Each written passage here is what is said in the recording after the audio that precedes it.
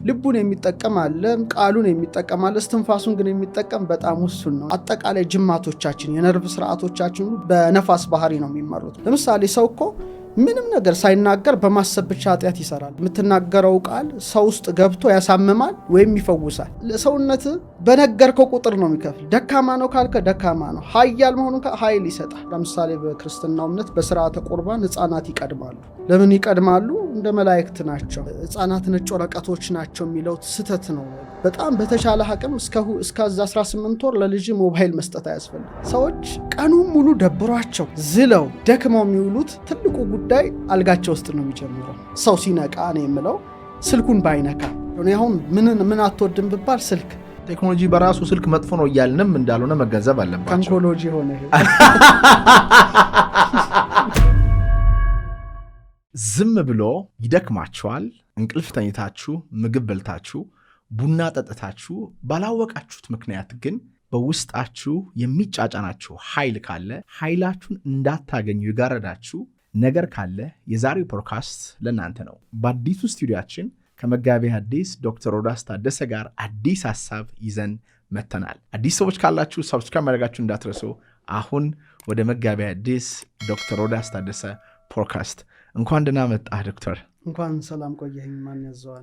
ብዙ ቪዲዮዎችን ፖድካስቶችን ሰርተናል በኔም በአንተም ቻነል እና ብዙ ሰዎች የተለያዩ ሀሳቦችን ያነሳሉ። የዛሬው ሀሳብ በጣም ኢንተረስቲንግ ነው። እኔ ራሱ በጣም መማር እፈልጋለሁኝ እና ብዙ ጊዜ የሰው ልጅ ኃይል እንዳለው ይነገራል። ኃይል ያለው ሰው ግን አናይም። ብዙዎቻችን ኃይላችንን እናባክናለን። የዛሬው ውይይታችን ከዛ ጋር ስለሚገናኝ እስቲ ሰው ኃይል አለው ወይ? ኃይልስ እንዴት ይገለጻል? ከዛን ጀምር። መልካም። ሰው በብዙ ኃይል የተሞላ ነው በስነ ፍጥረት በተፈጥሮ። እንደሚታወቀው ያው ሁላችን ሞባይላችን ባትሪያችን ይደክማል፣ ቻርጅ እናደርገዋለን እና ቻርጅ የሚሆን ኃይልም አለን እና በጣም ሰፊ ነገሮች ናቸው። በአጠቃላይ ግን ጠቅለል ለማድረግ 7 ኃይሎች በተፈጥሮ ተሰጥተውናል። የእሳት ኃይል፣ የውሃ ኃይል፣ የነፋስ ኃይል፣ የመሬት ኃይል እና የልብ የቃል የእስትንፋስ በአጠቃላይ 7 ኃይሎች። ዝርዝር ጉዳዮች ግን በውስጣቸው አሏቸው። የመጀመሪያው የእሳት ኃይል የሚባለው ከእሳት ጋር የተያዘው የሰው ኃይሉ ቦታውን መጠቆም ያስፈልጋል። አንደኛው የራስ ቅላችን አጠቃላይ አንጎል ክፍላችን የያዘው ሙሉ መክብበ ሕዋሳት የሚባለው የራስ ቅላችን ትልቁ አንዱ የእሳት ኃይል የተከማቸበት ነው። እሳት ከሙቀት ጋራ እሳት ከብርሃን ጋር የተያያዘ ነው። ስለዚህ አይናችን በተለይ አይናችን ፒኒኤል ወይም ፒኒየል የሚባለው ግላንዳችን እሱም ራሱ ሞር ከእሳት ጋራ የተያያዘ ኃይል ነው። ሌላው ምግብ መፍጨት ከመፍጨት ጋር ያለው ስርዓት የሚከናወንበት ጨጓራችን ሞር ከማቃጠል ጋር የተስማማ በመሆኑ ይሄ አካባቢ በብዛት የእሳት ኃይል ያለበት ቦታ ነው እና የሚሰጠንም ጥቅም አለ። ይሄ የእሳት ኃይል ከፍ ሲልም ዝቅ ሲልም የሚያመጣው ጉዳትም አዎንታዊ አሉታዊ ገጽ እንዳለው የሚሰጠን ኃይል ትጋት ሊሰጠን ይችላል። በጣም እሳት ፍጥነት ጋር የተያያዘ ነው። ተግባር አንድ ነገር አድርገህ ማከናወን መቻል። ሌላው ሰማያዊ ዓላማ እንዲኖር፣ ምክንያቱም ከመላእክ ባህሪ ጋራ የተመሳሰለ ነው እሳት። ሁለተኛው ጠንካራ ላይ ምግብ መፈጨት እንዲኖር ያደርጋል። ለምሳሌ ብዙ ጊዜ የምግብ የመፈጨት ስርዓት አይዳከምምና እሳት ከማቃጠል ጋር ከማድቀቅ ጋር ከመፍጨት ጋር የተያያዘ ግብር ስላለው የምግብ መፈጨት፣ የሰላ አይምሮ የተባ አይምሮ እሳት የላሰ ነው ገሌ ሲባል ከእውቀት ጋራ። ሌላው ለምሳሌ ከእሳት ጋር የተያዘ የሚያበራ ቆዳ ማለት ጥሩ እስኪ ላይት የሆነ ጥሩ እንትን ይኖራል። ምክንያቱም እሳት ከማብራት ጋር የተያያዘ ነው። በአንጻሩ ግን የእሳት ኃይላችን ሲዛባ ወይም ሲያንስ፣ ለምሳሌ ምግብ በቀላሉ አለመፈጨት፣ የቃር ሲጋ ያቅራል አንዳንዴ በጣም ውጥረት፣ ማቃጠል፣ ከፍተኛ የሆነ ላብ ዝም ብሎ ላብ የሚያጠምቀው ከመጠን በላይ የሆነ ሙቀት፣ አልፎ አልፎ ደግሞ እሳት ደግሞ ቁጣ ጋር ከስሜት ጋር ተያዘ በጣም ቁጣ ግንፍሌ ማለት እንትን። ይሄ እንግዲህ የእሳት ኃይል ሲዛባ የሚያመጣው ጉዳይ ነው እና ለማከም ለምሳሌ የእሳት ኃይል ካነሰ ጠዋት የፀሐይን ብርሃን መሞቅ፣ ይሄ ካነሰብ እሳት ኃይል ሊያስተካክል ቻርጅ ሊያደርግ ይችላል። በአንጻሩ ደግሞ የእሳት ኃይል በጣም ከበዛ ደግሞ እሳት ተቃራኒ ውሃ ስለሆነ ወደ ውሃ አጠቃቀም ስርዓት ታስተካክለዋለ ማለት ነው እና እግዚአብሔር ሲሰራን የሰጠን አንዱ ኃይል ነው። ሌላው ኃይላችን የነፋስ ኃይል ነው። የነፋስ ኃይል የሚሰለጥንበት የራሱ የሆነ ቦታ አለው። በግዕዝ እንግድአ ይባላል። ወይም ደረት፣ ሳምባችን፣ ልባችን ከስትንፋስ ጋር የተያዘ ነገር 10 አጠቃላይ ጅማቶቻችን የነርቭ ስርዓቶቻችን ሁሉ በነፋስ ባህሪ ነው የሚመሩት። ምክንያቱም እንቅስቃሴ ያለበት ስለሆነ ነው። እና ሰው የነፋስ ኃይሉ በጣም ጥሩ ከሆነ ግልጽ የሆነ ሰው ይሆናል። ነፋስ ፈጣን እንደሆነ ለስራ ተፍተፍ የማለት ጉዳይ ይኖረዋል። ለአንድ ነገር ይነሳሳል። እንደውም የነፋስ ኃይል ያለ ይመስለኛል። በጣም የመነሳሳት የግንኙነት ነገር በጣም ጥሩ ይሆንለታል። ማለት የነፋስ ኃይሉ የተስተካከለለት ሰው ነው። በአንጻሩ ግን የነፋስ ኃይላችን ከተዛባ ጭንቀት ሊመጣ ይችላል። ከመጠን በላይ ማሰብ፣ እንደዚህ አይነት በጣም የተደራረበ ሀሳብ፣ ያተነፋፈስ ስርዓታችን መዛባት፣ ቶሎ የትንፋሽ መቆራረጦች፣ ይሄ ማለት የነፋስ ኃይል ተዳክሟል ማለት ነው። እንቅልፍ ማጣት፣ ሀሳብ ደግሞ ማይሰባሰብ ብትንትን የሚል ሀሳብ፣ አሁን ታስባለህ ይበተናል፣ ታስባለህ ይበተናል። ይሄ ማለት የነፋስ ኃይል ምን ሆኗል ማለት ነው? ተዛብቷል ማለት ነው። ስለዚህ ልምምድ አለው ይሄን ለማስተካከል የነፋስ ኃይል። አንደኛ ያተነፋፈስ ስርዓት በጣም እስትንፋስ እጅግ የተለየ ጸጋ ነው። ለምሳሌ ሰውን ከምድር አፈር አበጀው በአፍንጫው ሕይወት እስትንፋስ እፍ አለበት ይላል። ይሄ እስትንፋስ ገብቷል። ይሄ መለኮታዊ እስትንፋስ አለን እና አተነፋፈሳችንን ማስተካከል ምንችል ከሆነ በጣም የነፋስ ኃይላችን ይስተካከላል። አብዛኛው እንደውም እንደ ሀገር ያልተጠቀምነው እንደ ህዝብም ያልተጠቀመው ሰው ልቡን የሚጠቀም አለ፣ ቃሉን የሚጠቀም አለ፣ እስትንፋሱን ግን የሚጠቀም በጣም ውሱን ነው እና እስትንፋስ ኃይል በጣም ትልቅና ጠቀሜታ ነገር አለው። ምናልባት ይህን ትምህርት ለቀመር ተማሪዎቼ ነው ማስተምረው። 1 እና 2 ላይ አይማሩም። ወደ 3ኛው ወደ ኃይል የሚያመዝነው ትምህርት ላይ ሲገቡ እንዴት ነው የምንተነፍሰው? ያ የተቀደሰ እስትንፋስ አፍንጫችን የገባ ሰዎች እንዴት ነው ትንፋሻችን ምን እያሰብን ነው የምንተነፍሰው? ስናስገባ ምንድን ነው የምናስገባው? ስንይዝ ምንድን ነው የምንይዘው? ስናስወጣስ ምንድን ነው የምናስወጣው? ዝም ብለን እስትንፋስ ምንምግ ሰዎች አይደለንም። ምንተነፍሰው እናውቀዋለን፣ ምንይዘውን እስትንፋስ እናውቀዋለን፣ ምናወጣውን እስትንፋስ እናውቀዋለን። ሁሉም ነገር ከቁጥር ጋር የተያያዘ ነው። ለምሳሌ ኦክሲጅን ትወስዳለህ፣ ካርቦን ዳይኦክሳይድ ታወጣለህ። ኦክሲጅን ፕሮቶኑ 8 ነው፣ ኤሌክትሮኑ 8 ነው፣ ኒውትሮኑ 8 ነው። 8 ነው። ካርቦን ዳይኦክሳይድ ደግሞ ፕሮቶኑ፣ ኤሌክትሮኑ፣ ኒውትሮኑ 6 ነው። 8 እናስገባለን፣ 6 እናወጣለን። ግን ስናስገባ ለምን እንደምናስገባ እናወጣለን። ስናወጣም ለምንድን የልምድ ሰዎች አይደለንም፣ ስንኖር ነው። ሰው እስትንፋሱን ካስተካከለ ይሄ ነገር ይቆማል። ሌላው በክፍት ቦታ ማሳለፍ መቻል፣ ክፍት ቦታ ላይ ስፔስ ያለበት ይሄ ነፋስ ኃይል ከተዳከመ ማለት ነው። ሌላው ደግሞ ዝምታ፣ ጸጥ ማለት፣ ይሄ ራሱ አንድ ትልቁ የነፋስ ኃይል ሲዛባ የምታስተካከልበት ነው። የነፋስ ኃይል ደግሞ በጣም ከጨመረ ወደ መሬት ነው የምትጠጋው። ለምሳሌ በጣም ይንቀለቀል ሰው ካለ በጣም ህፃንም ሊሆን ይችላል፣ ሬስትለስ የሆኑ አሉ አይደል? ይሄ ማለት የነፋስ ኃይላቸው በጣም ከፍተኛ ነው። ምንም ወዲያ ወዲህ ከመሬት ጋር ታገናኛቸዋለ። ዛፍ እንዲተክሉ፣ አፈር እንዲነኩ፣ አትክልት እንዲተክሉ ታደርጋቸዋለ። ያን ጊዜ በትክክል የነፋስ ኃይላቸው ይስተካከላል ማለት ነው። ባላንስ ያደርጋል። ስለዚህ ሲጨምርም ምትቀንስበት፣ ሲቀንስም ምትጨምርበት አለ ማለት ነው። ሌላው የውሃ ኃይል ነው። ትልቁ ኃይል ነው። አንደኛው ሞር ደማችን፣ እንባችን፣ ሞር ደግሞ ሆድቃችን ላይ በፊደል መ ነው የምንወክለው። እሱ ሰፊ ትምህርት አለው። ሆድቃ ላይ ነው፣ ኩላሊት አካባቢ ነው። የመራቢያ ስርዓት አካባቢ ላይ ሞር ከውሃ ከፈሳሽ ጋር የተያዘ ጉዳይ አለው እና የሚሰጥ ጉልበት ምንድን ነው? ውስጣዊ ስሜት፣ ቀልብ። ምሳሌ አሁን በብዛት ውሃው ማለት ነው። ሞር ከመጋ የተያዙ ነገሮች ኢንቲዩሽናቸው፣ ቀልባቸው ከፍ ያለ ነው። ማለትም ቀልብ ሞር ከልብ ጋር ይያዛል። ግን የኩላሊታቸው አካባቢ ኩላሊት ያጤሰው ልብ ያመላለሰው ናላ ያወረሰው እንደሚባል ቀድመው ማወቅ ይችላሉ ነው። የሆነ ሀዘን የሚድረስባቸው፣ ደስታ የሚምጣባቸው ያቃሉ። ኤክስትራሴንሰሪ አይነት ነገር ነው። በጣም ከፍ ያለ ነው የውስጣዊ ስሜታቸው ኩላሊት አካባቢ። ለምሳሌ እናቶች ሞር ልጃቸው ሲታመምባቸው፣ አደጋ ሲደርስባቸው ቀድሞ ያውቃሉ። ሆዴም ባርባራ ነው፣ የመረበሽ ስሜት ይመጣል እዚህ ሆድ ዕቃ ላይ። ይሄ እንግዲህ የውሃ ባህሪ በጣም ከፍ ያለ ሲሆን ውስጣዊ ስሜት ነው።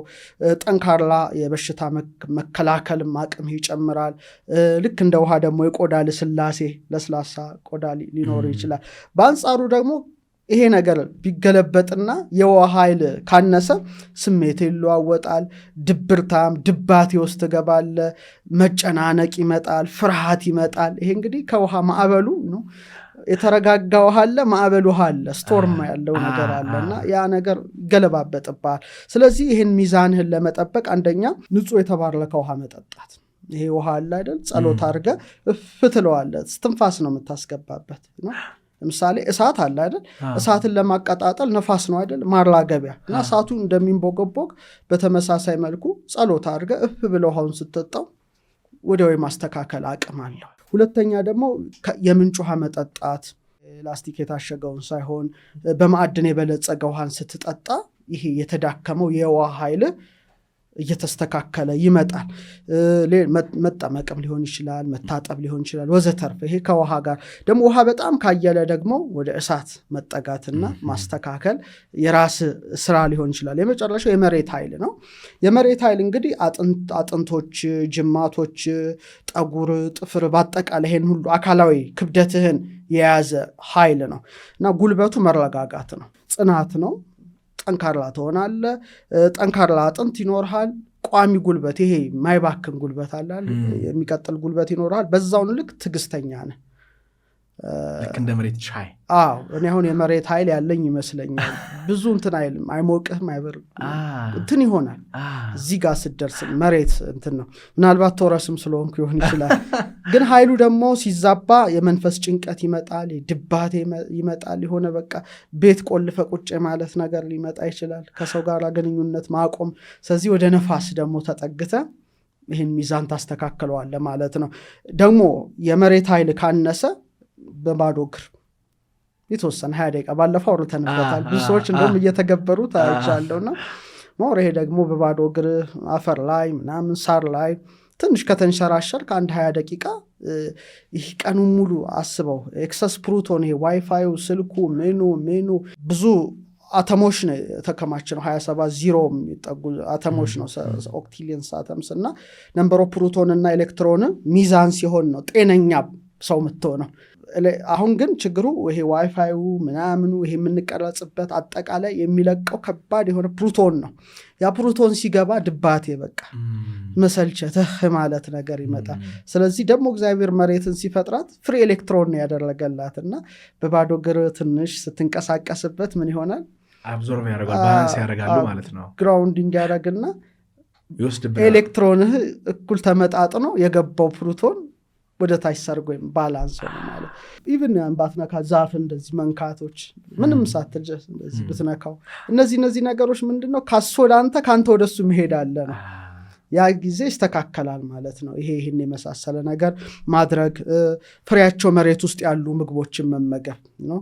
ለምሳሌ በታች ድንች፣ ካሮት ታች ፍሬያቸው ታች የሆነ ግንዱ ላይ ምናምኑ ላይ ሳይሆን ታች የሆኑ ነገሮችን እነዚህ የበለጠ የመሬት ኃይል ከፍተኛና ጥሩ ሊሆን ይችላል። ሌላው እንግዲህ ከነፍስ ጋር የተያዘ ኃይል አለን። ይሄ ደግሞ ትልቁ ኃይል ነው። ይሄ ኃይለ ዘር የሚባለው ቅድሙን አይተናል። የእሳት፣ የውሃ፣ የነፋስ፣ የመሬት። የነፍስ ግን ትንሽ ከፍ ያለ ኃይል ነው። የልብ ኃይል አለ። ከልብ የሚወለድ የቃል ኃይል አለ። የስትንፋስ ኃይል አለ። የልብ ኃይል ማለት የማሰብ ኃይል በሁለት መልኩ ነው የሚመራው። አንደኛው ነቃሃሌው ማለት ምንም የሐሳቡ መነሻ ራሱ ልክ እንደ ክብሪት የሚጫር ኃይል ነው። ከዛ ደግሞ ቁርጣሃሌው የሚባለው ደግሞ ምትወስነው ማሰብ ብቻ።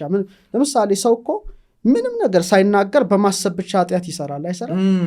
ምንም ሳይናገር ባለው በነቢ ምናምን ይቀርባል በገቢራ ሀሌው ጽድቅም ትሰራለህ፣ ምንም ሳትናገር ኃጢአት ትሰራለህ በኢማጂኔሽን ብቻ። ምን ያህል ኃይል እንደሆነ ገሃነም ሊያስፈርድብህ ይችላል እኮ በሐሳብ ብቻ። መንግስተ ሰማያትም ሊያስገባ ይችላል ሐሳብ ብቻ።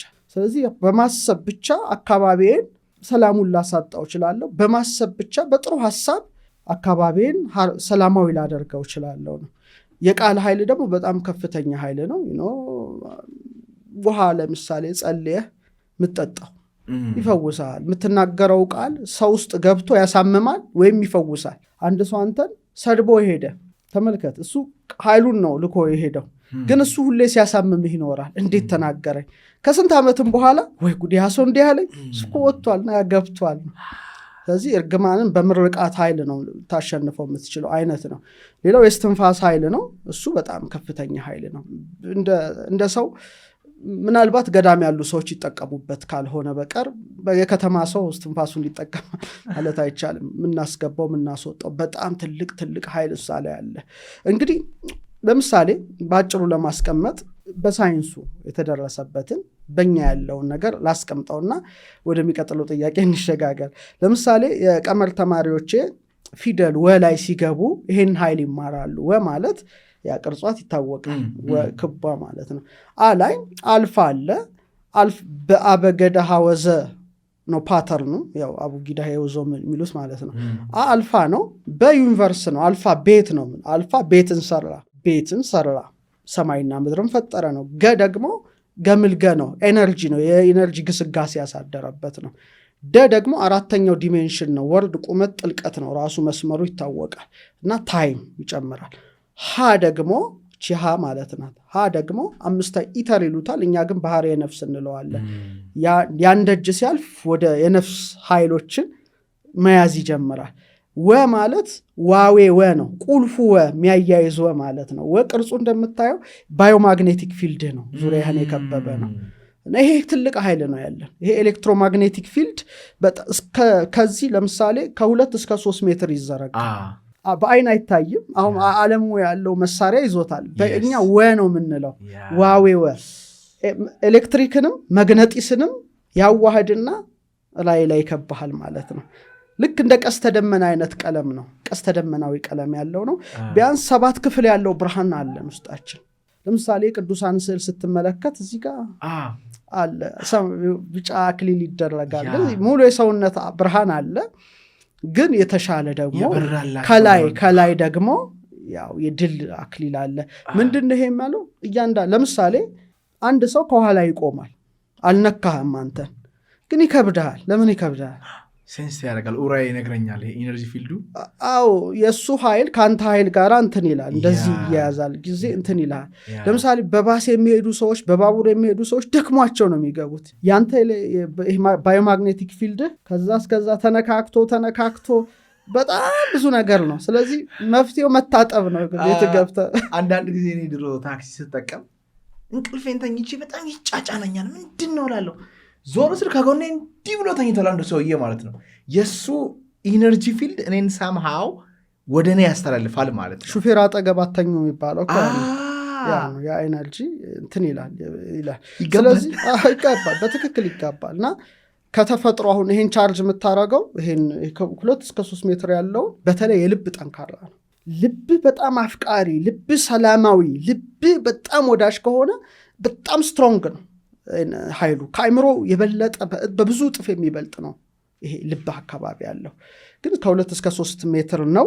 ይሄን አሁን በምን ኃይል ታገኘዋለህ? ከተፈጥሮ፣ ከፀሐይ፣ ከጨረቃ በባዶ እግር በመሄድ እና ደግሞ የተቀበልከውን ደግሞ ማስተላለፍም ትችላለህ ለሌላው። ይሄ በጣም ትልቅ ኃይል ነው።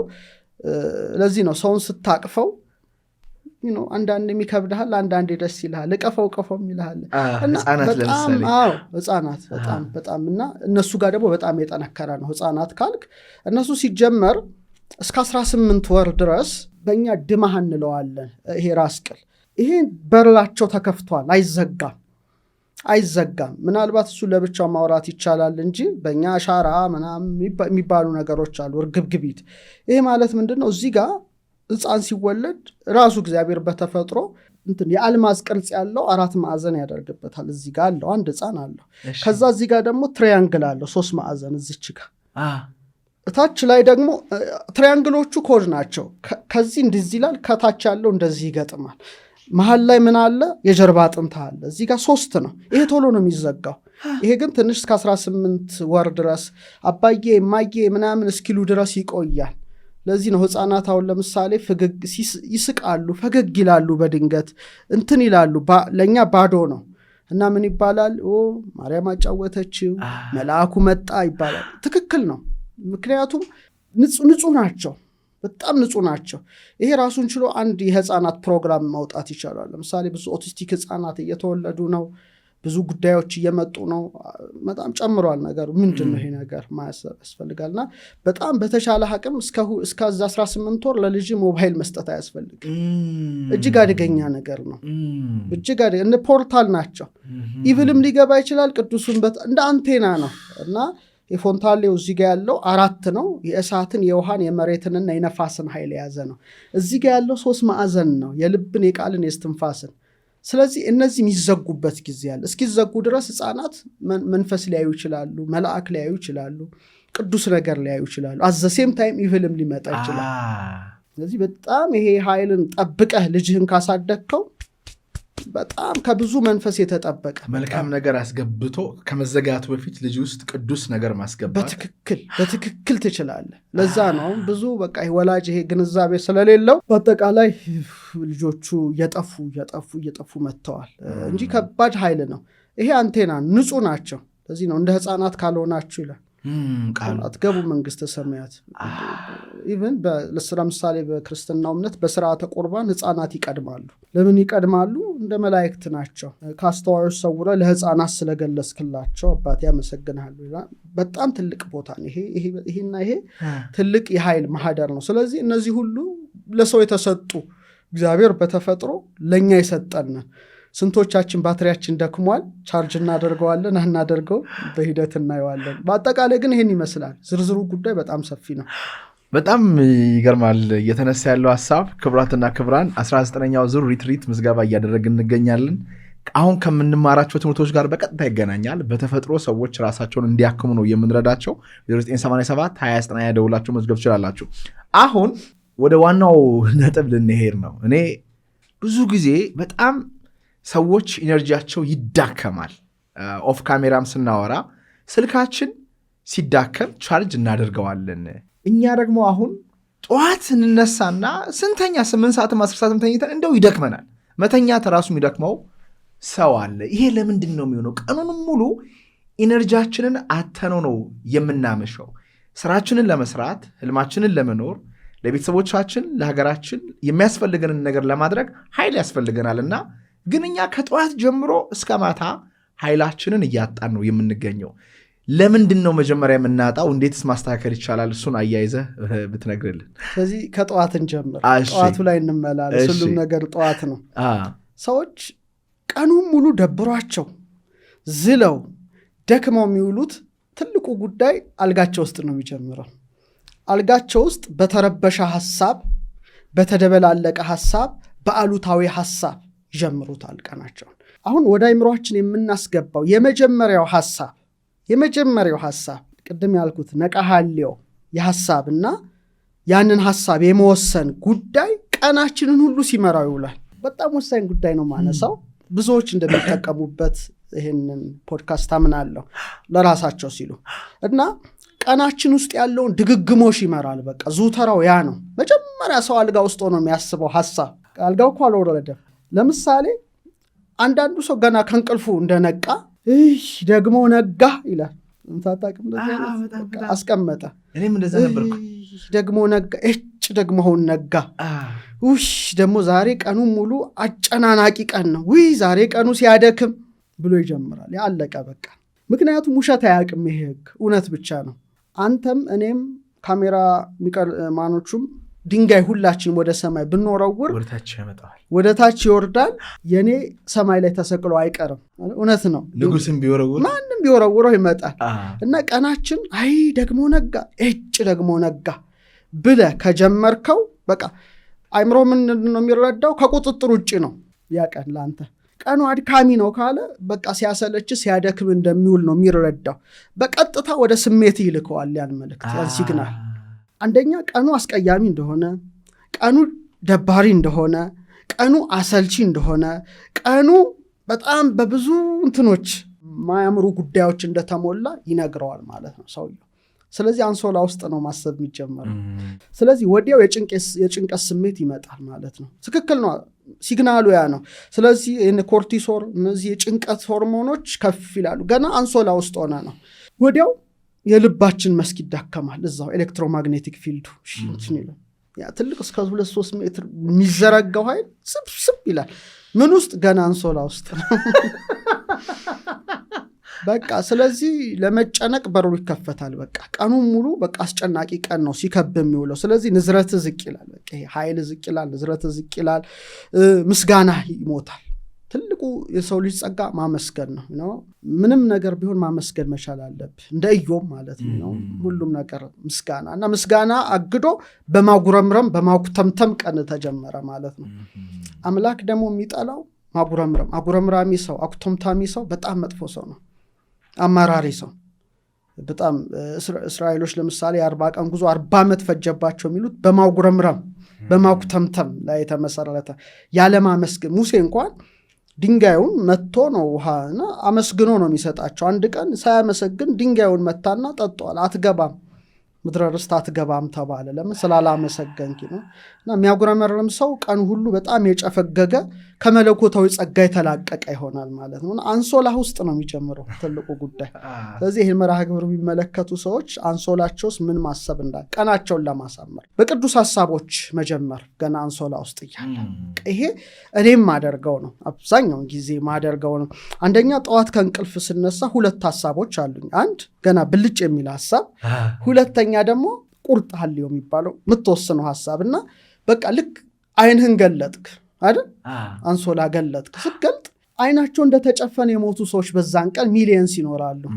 እና አይንህን ገልጠሃል። ስለዚህ የመጀመሪያውን ትንፋሽ ተንፍሰሃል።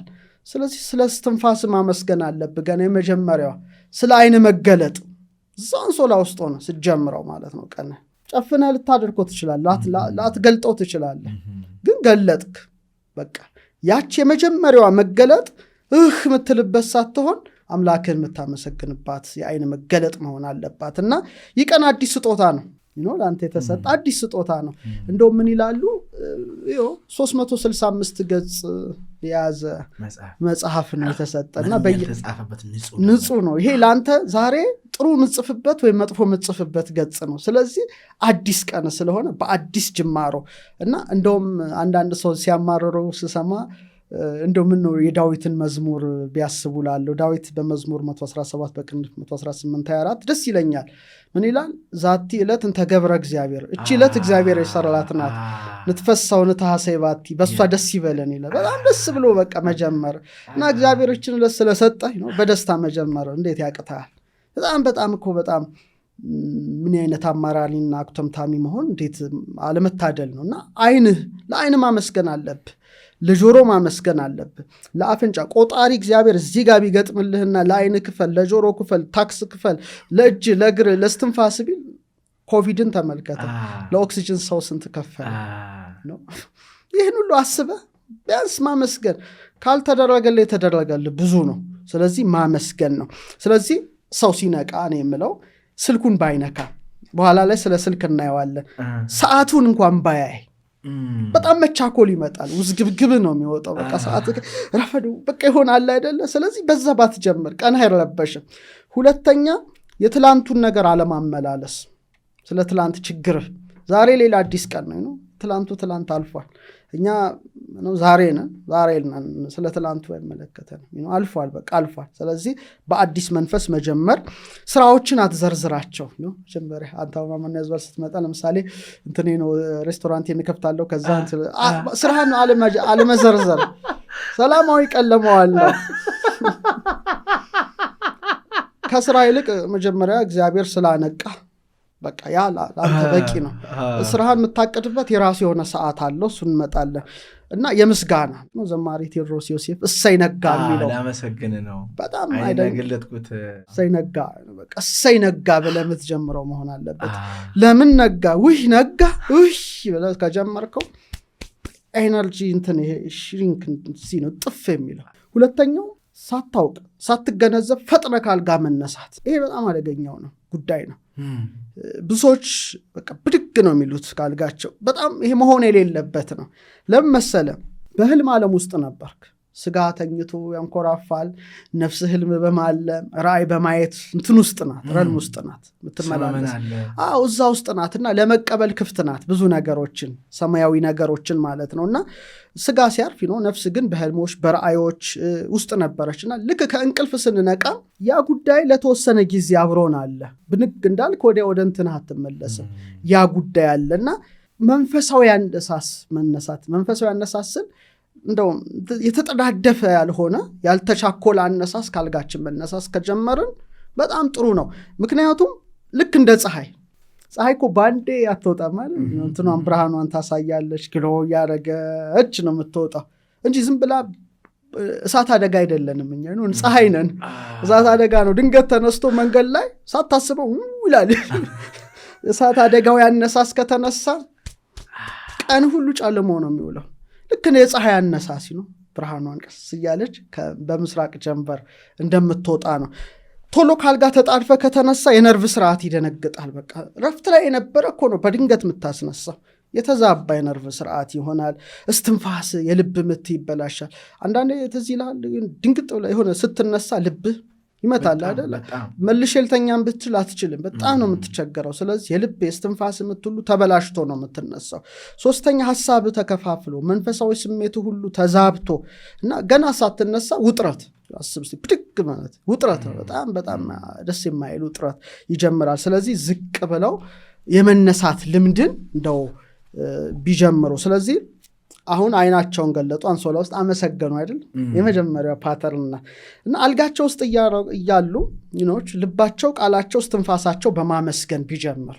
ለምሳሌ አሁን ልብህ መታደ ደስ ይላል። ልብህ እኔ በጣም ልብህን መንካት ትልቅ ነገር ነው። ልብ ማለት የልዑል ቤት ማለት ነው። በእኛ ትምህርት በለና በበ እግዚአብሔር ዙፋን ትልቅ ነገር ነውና ምንድነው ሰሎሞን ተኝቻለሁ ልቤ ግን ንቁ ናት ይላል። በጣም ይገርም ነው። እና መጀመሪያ በቃ ትንፋሽን የመጀመሪያ ትንፋሽን በፍቅር ብትነካው ልብህ ሰውነት በነገርከው ቁጥር ነው የሚከፍል። ደካማ ነው ካልከ ደካማ ነው፣ ኃያል መሆኑን ኃይል ይሰጣል። አንድ ቀን እግራችንን ቴንኪው ብለን አናውቅ፣ አይናችንን አናውቅ፣ አፍንጫችንን አናውቅ፣ እጃችንን አናውቅ። የፈጠራቸውም ቀርቶ ራሴ የሰጠህን አትልም። እና መጀመሪያ ልብህን በቃ ልክ እንደ ፀሐይ ማለት ነው ልብህ ይመታል አይደል? በነፍስ ልብ ሰጥተዋል፣ ደስ ይልልህ ይገባል የመጀመሪያው። ከዛ በኋላ እስትንፋስ፣ የህይወት እስትንፋስ ገብቷልና ስትል የመጀመሪያው እስትንፋስ ለአዲሷ ገጽ ህይወት ተጀመረ ማለት ነው። እስትንፋስን ትወስዳልና እዛ ሆነ ጌታ ሆይ ስላነቃኸኝ አመሰግንሃለሁ።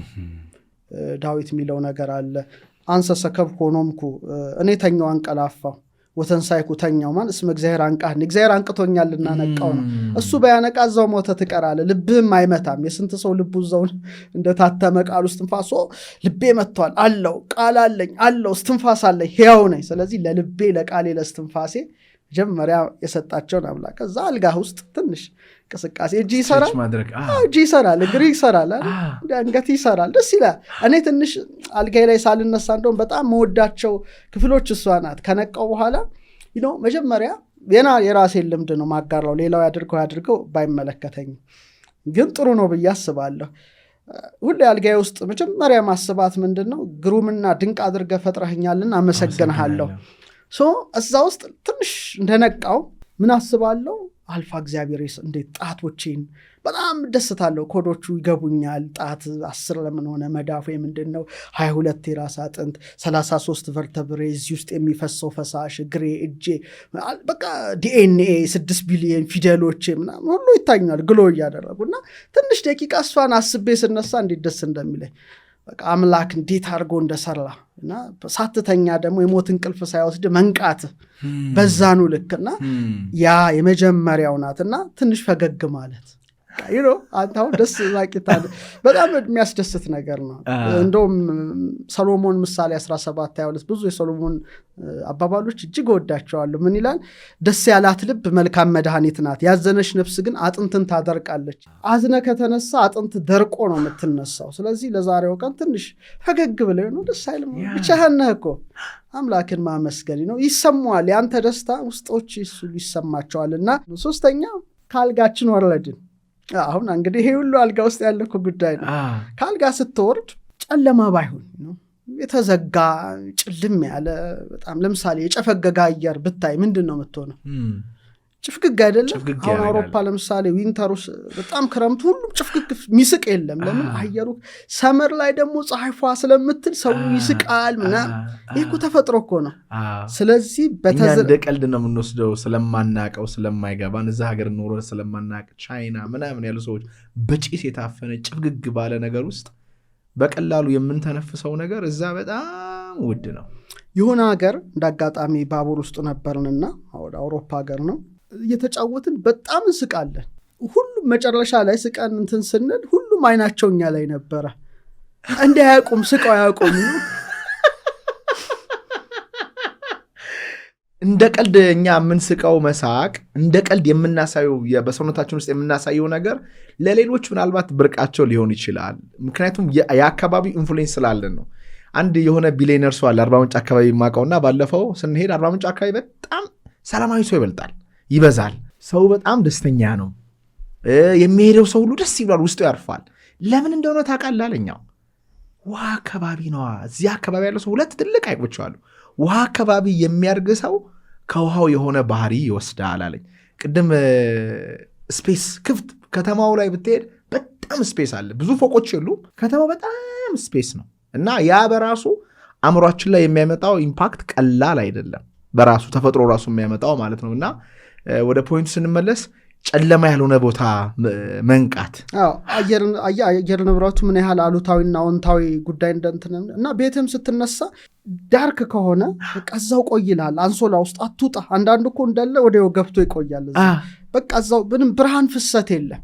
ስለዚህ የማይንቀሳቀስ ጉልበት ነው። እዛ ላይ በጣም ጉልበት ይንቀሳቀሳል፣ ግን አለ አይደለ ቀስ እያለ መሄድ ይሆናልና ብርሃን ያግዳል። ስለዚህ ሰው መንፈሱ ይጨናነቃል። ልክ እንደ ጭፍግግ እንዳለ አየር ቤቱን ሲያው ተዝረከረከ ነው፣ ጭፍግግ ያለ ነው። ስለዚህ እዛው ቆይላል። አይምሮም ጭጋግ ይሆናል ነው ብለህ ይሆን ምንም እንትን አይነት ይሰማዋል።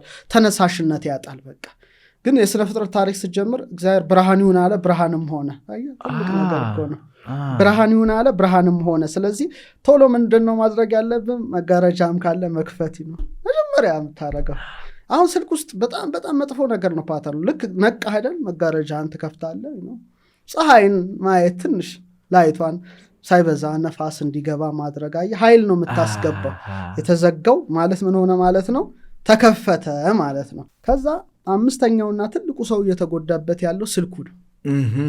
እኔም አንተም ሁላችንም ጨምሮ እጅግ በጣም እየገደለን ያለ ጉዳይ ነው።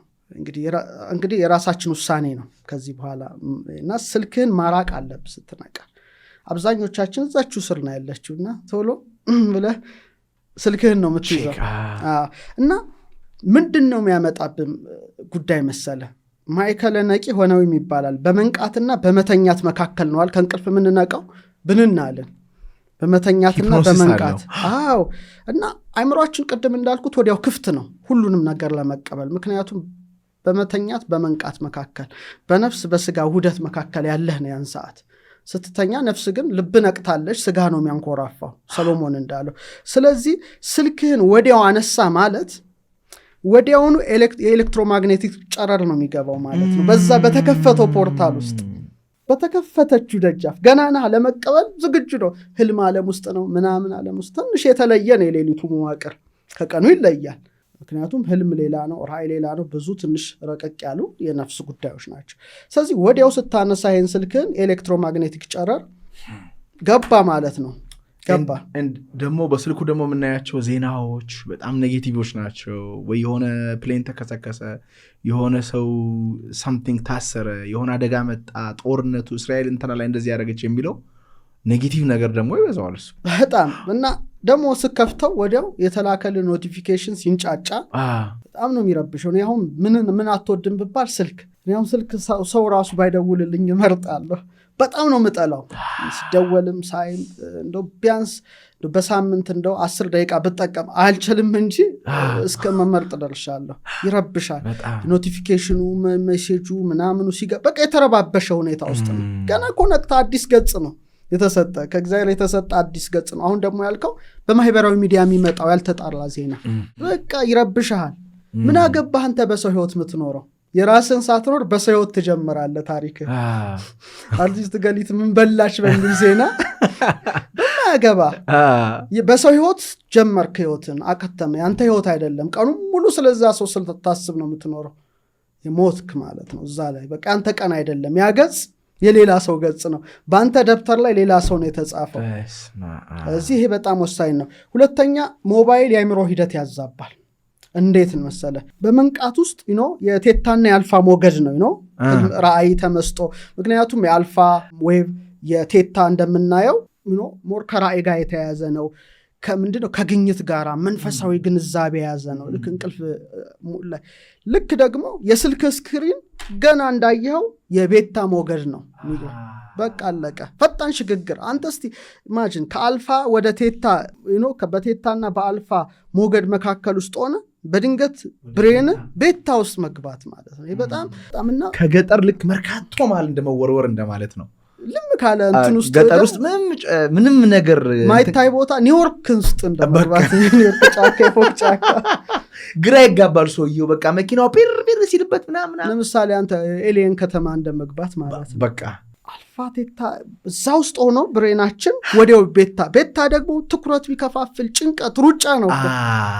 አስበው እስቲ ከመረጋጋት ወደዛ ውስጥ ገባለህ። በቃ ስለዚህ እኔ ኢንስታግራም ከመክፈት ፌስቡክ ከመክፈት ቲክቶክ ከመክፈት ልባችንን መክፈት ነው። ስልካችሁን ዘግታችሁ ልባችሁን ለመክፈት ተፈጥሮ ውስጥ ገብታችሁ የፈጠራችሁን አምላክ ለማግኘት የትናንትና የልጅነታችሁን ስሜታዊ ቁስል ለመፈወስ እውነተኛ ወዳጅ ለማፍራት በ19ኛው ዙር የማን ያዘዋል እሸቱ ሪትሪት ላይ ተሳተፉ። ከሰኔ 20 እስከ 23 በ0987 209020 አሁኑን ደውሉ። ውጭ ሀገር የምትገኙ ኢትዮጵያ ላሉ እህት ወንድሞቻችሁ ይህንን ሰላምን የሚሰጥ ሪትሪት በመጋበዝ ህይወታቸው እንዲነቃ ሰላማቸው እንዲበራ እርዷቸው። እንዴት ነው እኮ ነው ሰው የሚለው? አሊያ ለሰው እኔ አሁን ስለ ሰው ምን አገባኝ? የምኖረው የራሴ ነው የመጀመሪያ ህይወት አይደል?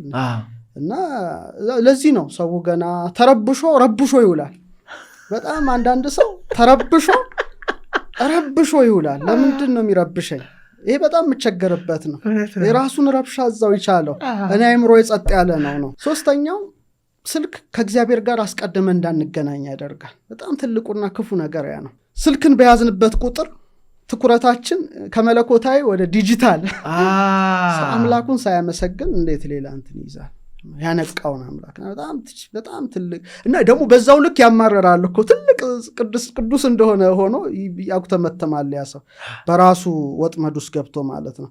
ስለዚህ ሰው ቅድም እንዳልከው በሌሎች አስተያየት አይደል ስለ ሌሎች አስብ ስትገልጽ ሌላ ዜና ሌላ ምናምን። ስለዚህ የራስ ጊዜ የለምና መጀመሪያ ማለት ግን ጌታ ሆይ ዛሬ ለኔ ፈቃድ ምንድነው ብላን አንጠይቅ። በሰው ታሪክ ትጀምራለህ። በማን አክተር በማን ዜና በማያገባህ ሩቅ ዓለም ሄደ። ግን ለአንተ እግዚአብሔር ዛሬ ያዘጋጀው ምንድነው? አልጠየቅከው። አንተ ዲጂታሉ ዓለም ነህ እንጂ መንፈሳዊ ዓለም ውስጥ የለምና አጎንብሰህ ትውላለህ። ቀና ማለት አትችልም። ቀና ሙሉ አሁን በቃ ድሮ ወደ ሰማይ ሰው የሚያይበት ጊዜ ነበር። አሁን ግን ጎንብሶ ቲክቶኩ ሜኑ ፈዞ አንዳንዱ እዛውም አልጋ ውስጥ ይቀልጣል። በጣም ብዙ ነው እንጂ እዛው ሳይነቃ እዛው በቃ እንትን ሲል አንድ ወዳጅ ያለኝና ባዝሩም ገብቻ ያለ ሳላቀው 3 ሰዓት ቁጭ ብዬ እያየዋለ እንደዚህ እና ሰው እንግዲህ አጎንብሶ እንደዚህ ይውላል። እና ቀና ስልክ ወደ ሰማይም እንዳናንጋጥጥ አድርጎናል። ወደ መለኮታዊ ጸጋ ወደ ስጦታው ሰው በቃ በሰው ዜና በሰው ህይወት የራሱን ሳይኖር ይሞታል። ይሄ ሰውና ጥቅም የለውም። ይሄው ታሪክ የለውም። በሰው ታሪክ ነው የኖረው። ገሊት ምን በላች እኔ ምን አገባኝ? ምን ይመለከተኛል? አሁን መጀመሪያ ራስህን ነው ኤነርጂ ነው። ተፈጥሯዊ የነርቭ ስርዓታችን ይዛባል። በቃ ጭንቀት ነው የመጀመሪያው እንትን ስልክ ጭንቀት ነው የሚመጣበት። የቸኩል ምናምን ፍጠን ብረር የሆነ የተረባ አሁን ደግሞ ቲክቶኩን ተመልከተ ስለሆነ ምንም የምትይዘው ነገር የለም። አይምሮ ይዛባል። ከአንዱ ውጥረት ወደ ሌላ ውጥረት፣ ከአንዱ ውጥረት ወደ ሌላ ውጥረት በቃ ተወጥረቱ ላለ ይሄ በጣም እንደው ስልካችንን ማራቅ ብንችል ለራስ ጉዳይ ነው። ከዛ 6ኛው ከስልክ ምናምን ከተለየ በኋላ አልጋ ውስጥ አየን፣ ከአልጋ ወረድን፣ መጋረጃ ከፈት፣ ፀሐይ ፊታችን ታጥበን ጠዋታችንን በምስጋና መጀመር። ይሄ እንግዲህ ደስ ይላል። እቺ ትንሽ ብዙም ባልልም ሁላችንም የምናውቅ 7 መቅረዛችን 7 መቅረዞች አሉ አይደለ? እንዲህ ብለህ ስትጸልይ ነው 1 2 3 4 5 6 ከዛ አንገትህ አለ 7 በቃ መቅረዝን አምላክን በማመስገን መጀመር። ቀን ዘርግተህ እጅህን በጣም ደስ የሚል መብራትን አብርተህ ጧፍን ሻማህን አብርተህ ባለህ እምነት አላቅም ብቻ አምላክን በማመስገን ቀንህን መጀመር። ለምሳሌ ባል ሚስት ልጆች ካሉ ምንድነው ጠዋት ወደ ምግብ የሚሄዱት ነው አምላካቸውን ሰብሰብ ብለው ባል ሚስት ልጆች እንዲህ የጸሎት ቤት ሁሉም የራሱ አንድ የጸሎት ቤት ሊኖረው ይገባል። ሰብሰብ ብለው ነው በሰላም ስላሳደራቸው አምላካቸውን በምስጋና ማድረግ። ውሃ ቅርበው ነው ወደ ምግብ ከመገባት ብለው ጠጥተው ነው በቃ የሆነ ኃይል ሞልቶ ነው የምትወጣው። ስለዚህ በምስጋና መጀመር። እውነት ለመናገር ብዙዎቻችን ስልኩ ነው የሚቀድመው። በጣም በልጧል። ሁለተኛው ጌታ ሆኗል ማለት ነው። ሰው ለገንዘብና ለእግዚአብሔርና አሁን ይሄኛው ተለውጦ የዲጂታሉ ጌታ ሆኗል። ሆን ብለው እንዳረጉ ታውቃለህ። አንድ ሁክድ የሚል መጽሐፍ አንብቤ ነበረ ድሮና ይህንን መጽሐፍ የሰሩ ሰዎች ለምሳሌ ቲክቶክን ፌስቡክን የፈጠሩ ሰዎች የእኛን ባህሪ አጥንተው ነው ሱስ ነው ያደረጉብን። አሁን ሊትራሊ ስልክ ከኮሚኒኬሽን ዲቫይስነት አልፎ ልክ እንደ ሲጋራ እንደ ጫት እንደ መጠጥ ሱስ ሆኗል። ሰዎች አላስተዋሉትም እንጂ ሱስ ሆኗል። እንዲሁም አንድ ሰውዬ ሰዎች እንዲህ ብሎ ሲጠቀሙ ስልካቸውን ወስዶባቸው ሲያሳይ ኤሌ ውስጥ ዞምቢዎቹ አሉ አይደለም እንደዚህ ብሎ ምናምን የቀሩት የሆነ ድራግ አዲክት ሆኖ ምናምን ነገር ልክ እንደዚያ ይመስላል። የሰው ልጅን የውስጥ ፍላጎት አጠኑና ከዛ ጋር አብሮ የሚሄድ ነው እዛ ስልኮቹ ላይ ያስቀመጡት ማለት ነው። ስለዚህ ሰው ጠዋት ሲነሳ አእምሮ ስልክ ውስጥ የሆነ የሚያድነው ነገር ያለ ይመስለዋል። የሆነ ልዩ ኢንፎርሜሽን ያለ ይመስለዋል። ስክሮል ቢያደርግ ምንም ነገር የለም። ምንም ነገር እንደተባለው ሁሉ ነገር ያለው ፈጣሪያችን አምላካችን ጋር ነው። የእሱን ፈቃድ ጠይቀን ውስጣችን አረጋግተን ብንጀምር ስልክ ኖቲፊኬሽን ቼክ አድርገን ከምንጀምረው በጣም የተሻለ ቀን ይኖረናል። አባቶቻችን እንደዚያ ነው። ቀንህን ለማሳመር ነው። በጣም ለራስህ ስትል ነው። አጨፍግገህም መዋል ትችላለህ፣ አሳምረህም መዋል ትችላለህ። እኔ ራሴ ብዙ ጊዜ አንዳንድ ግዳዮች የግዴታ ስላሉብኝ ስላለው እና ያመኛል ይሄ ጣቶቼ ምናምን። ምክንያቱም ጨረራ አለው ነው ስክሪኑን በነካ ቁጥር የሚገቡ እንትኖች አሉ ፕሮቶኑ አብሶሉትሊ። እና ይሄ ግዴታ ምንድነው ግራውንዲንግ ነው የምጠቀመው የግዴታ አፍሻዋ ውስጥ እጄን ቢያንስ ይህን መርዝ ማውጣት አለብኝ። እጄ ይታመማል። ጠጠር ምናምን እንደዚህ ልጆች እንደምንቅልብሎች እንደሚጫወቱት አይነት እንደዚህ ግንድም የግዴታ ነው። አሊያ ግን ይሄ ነገሮቹ ሊዛቡ ነው ማለት ነው። ስለዚህ በጣም እና ጠዋታችንን በምስጋና አለመጀመር ቀናችን የተረበሸ ነው የሚያደርገው። በጣም የተረበሸ ያደርጓልና ጊዜም ባርከው። አሁን አንዳንድ ሰዎች ወይኔ ጊዜ ያጠረብኝ የሚሉ ሰማው። እንዴት ጊዜ ያጥራል? በጣም የተትረፈረፈ እኮ ጊዜ ነው ያለን። በጣም እና አንዳንድ ሰው እንዴት 30 መጽሐፍት ጻፍ ካለ በቃ የኔ ጊዜና የሱ ጊዜ አንድ አይደለም።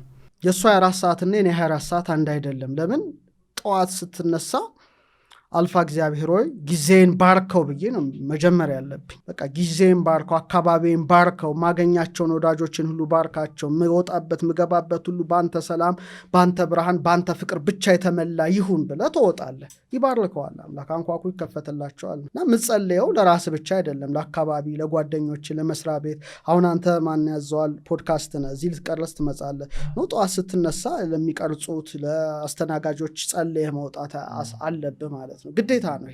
ስለዚህ ይሄ ማለት በምትገባበት በምትወጣበት ሁሉ ጠይቀኸዋል፣ የእግዚአብሔር ኃይል አብሮ ይገባልና ሰዎች በስድስተኛ ደረጃ ጠዋት ከምንም በፊት ፊቶቻቸውን ታጥበው በምስጋና አምላካቸውን አመስግነው መጀመር። ምን ያህል ግን ኃያል ነው አሁን ያለው ነገር፣ ምን ያህል ፕራክቲካል ነው። አንድ ሰው ተነስቶ ፖድካስት ይሁን ሬስቶራንት ቢዝነስ ይሁን ሰራተኞቹን ይሁን ቢባርካቸውና ጸሎት አድርጎ እግዚአብሔር ሆይ ባርክልኝ ቢል ምን ያህል ፕራክቲካል ነው እንደው እምነት ለሌለን ሰዎች።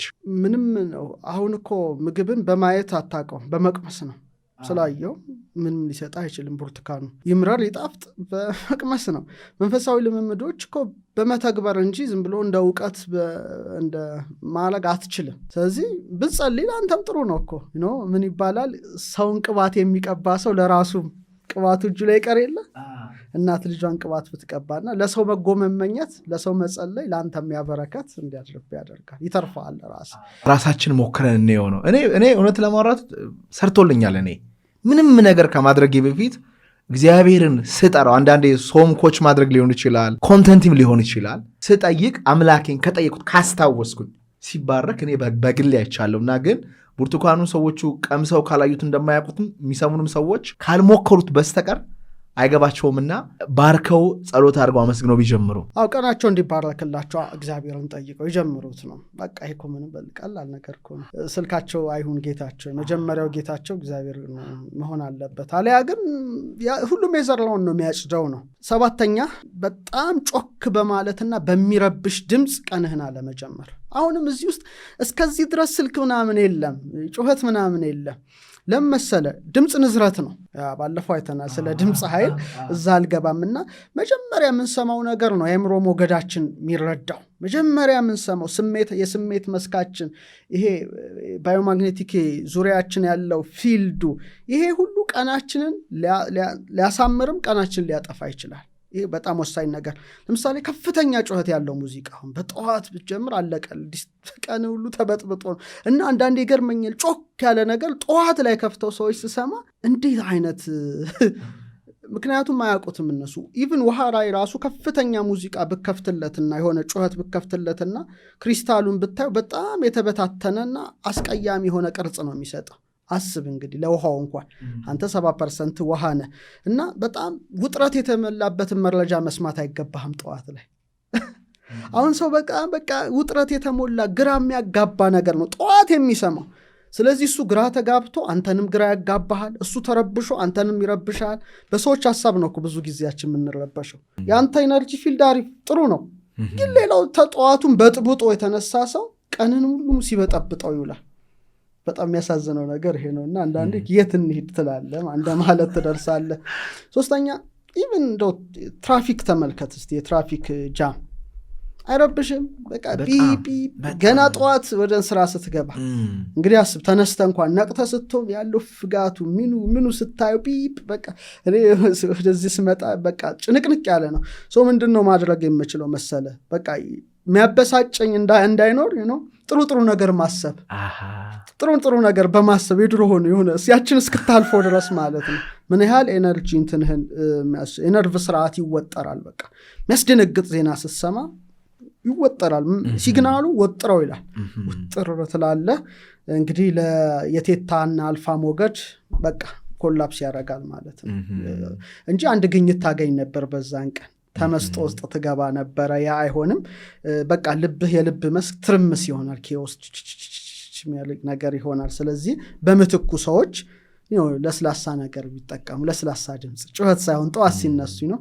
ለምሳሌ ክላሲካል ነገሮች መንፈሳዊ ከሆነ በገና ነው፣ ክራር፣ ዋሽንት ደስ ይላል። ጠዋትህ ወፎች ጮኸት ታይም ጠዋት እንደ ደስ እንደሚሉ እና የተፈጥሮ ድምጾች ብትጠቀም ወፎች ለምሳሌ እኔ ቤት እንትን ነበር ያው ወፍ ባላረባም ድምጾቹን ግን አምጥቼ አሁን እንትን አለብኝ ተበላሸብኝ እንጂ ከፍታለሁ እና በጣም ደስ ይላል። ተፈጥሮ ነው የሚመስለኝ። ቢያንስ ደግሞ ትንሽዬ ውሃ አይነት አምጥቼ ውሃውን ድምጽ ሰማ አይታት ይሆናል። የነፋስ ድምጽ የውሃ ድምጽ ነው ያረጋጋልና ጠዋትን በዛ በተረጋጋ ከጸሎት በኋላ ቁርስህን ጠበልህን ጠጥተህ ቁርስህን ቀለል ያለ ነገር ስትመገብ በዛ ብትጀምረው እስካሁን ሞባይል መንካት አያስፈልግ። ቁርስን ከበላ በኋላ እና በቃ ከዛ በኋላ ያለው በጣም ወሳኝ ጉዳይ ነው። ከዛ በኋላ መስማት። ሌላው 8ኛው የመጨረሻው ግጭት ውስጥ አለመግባት። ጠዋት ስትነሳ ይሄ ለባለትዳሮች ይሆናል፣ ብዙ ለላጤዎች ብዙ እንትን አይልም። አንድ ሰው ቀኑን በመጨቃጨቅ ከጀመረ ወይም ባትጨቃጨቅ ደግሞ ሜሴጅ መላክ ከጀመርክ የሚያናድድ ሜሴጅ ገጥሞ የሚያናድድ ቴክስት ልኮል በጠዋት አንድ ሰው ሙሉ በቃ አንተ ደግሞ የሚያናድድ ከመለስክለት ባትመልስለት ነው የሚሻለው። ለዚህኛው ጉዳይ ደግሞ ያለፉ ግጭቶችን ማስታወስ ከጀመርክ ጠዋት ስትነሳ ወይም ከሰው ጋር ተጣልተው ወይም ሰው ሰድቦ ኦር ደግሞ ወንድ ጓደኛም ይሁን የሴት ጓደኛ ተጣልተው ሊሆን ይችላል። ያን ማሰብ ከጀመሩ ቀናቸው ሞተ በቃ እዛ ላይ አቁዋልና ሐሜት መፈተሽ ከጀመርክ ጠዋት ሶሻል ሚዲያ ላይ ሐሜት ስድብ ከጀመርክ አለቀልህ። አንተ የለህም በዛን ቀን ያንተ ቀን አለና ምን ሆኖ ሩጫዬን ጨረስኩ የሚል ጥቅስ አለ አይደል? አንዳንድ ሩጫን መጨረስ ጥሩ ነው። አንዳንዱ አቋርጦ ይወጣ አቋርጦ የወጣብኝ ጥቅስ የለም እንጂ ቢሆን ይቻላል አይደል? ያንተ ቀን አልኖርክም። በቃ በሐሜት ጎሲፕ ከጀመርክ ቀኑን ሙሉ የሐሜት መንፈስ ነው አንተ ላይ ያለው። በስድብ ከጀመርክና ቢጠነቀቁ ለራሳቸው ሲሉ እና ወዲያው ስሜት መጨነቅ ይጀምራል። የስግብግብነት ስሜት፣ የኢጎ ከፍ ይላል። የልብ ቦታችን ይሄ ነው እንትን ይላል። ትኩረታችን ትርምስ ውስጥ ይገባል። በቃ ተተራመስክ። ስድብ ከጀመር ትርምስ ነው። በቃ ቀን ሙሉ ተተራምሶ መስሪያ ቤትን አተራምሰ፣ ጓደኞችን አተራምሰ። እንደው አንዳንድ ሰው ጭንቀቱን ይዞ እዛው ቤት ውስጥ ቢቀመጥ ምን አገባኛ?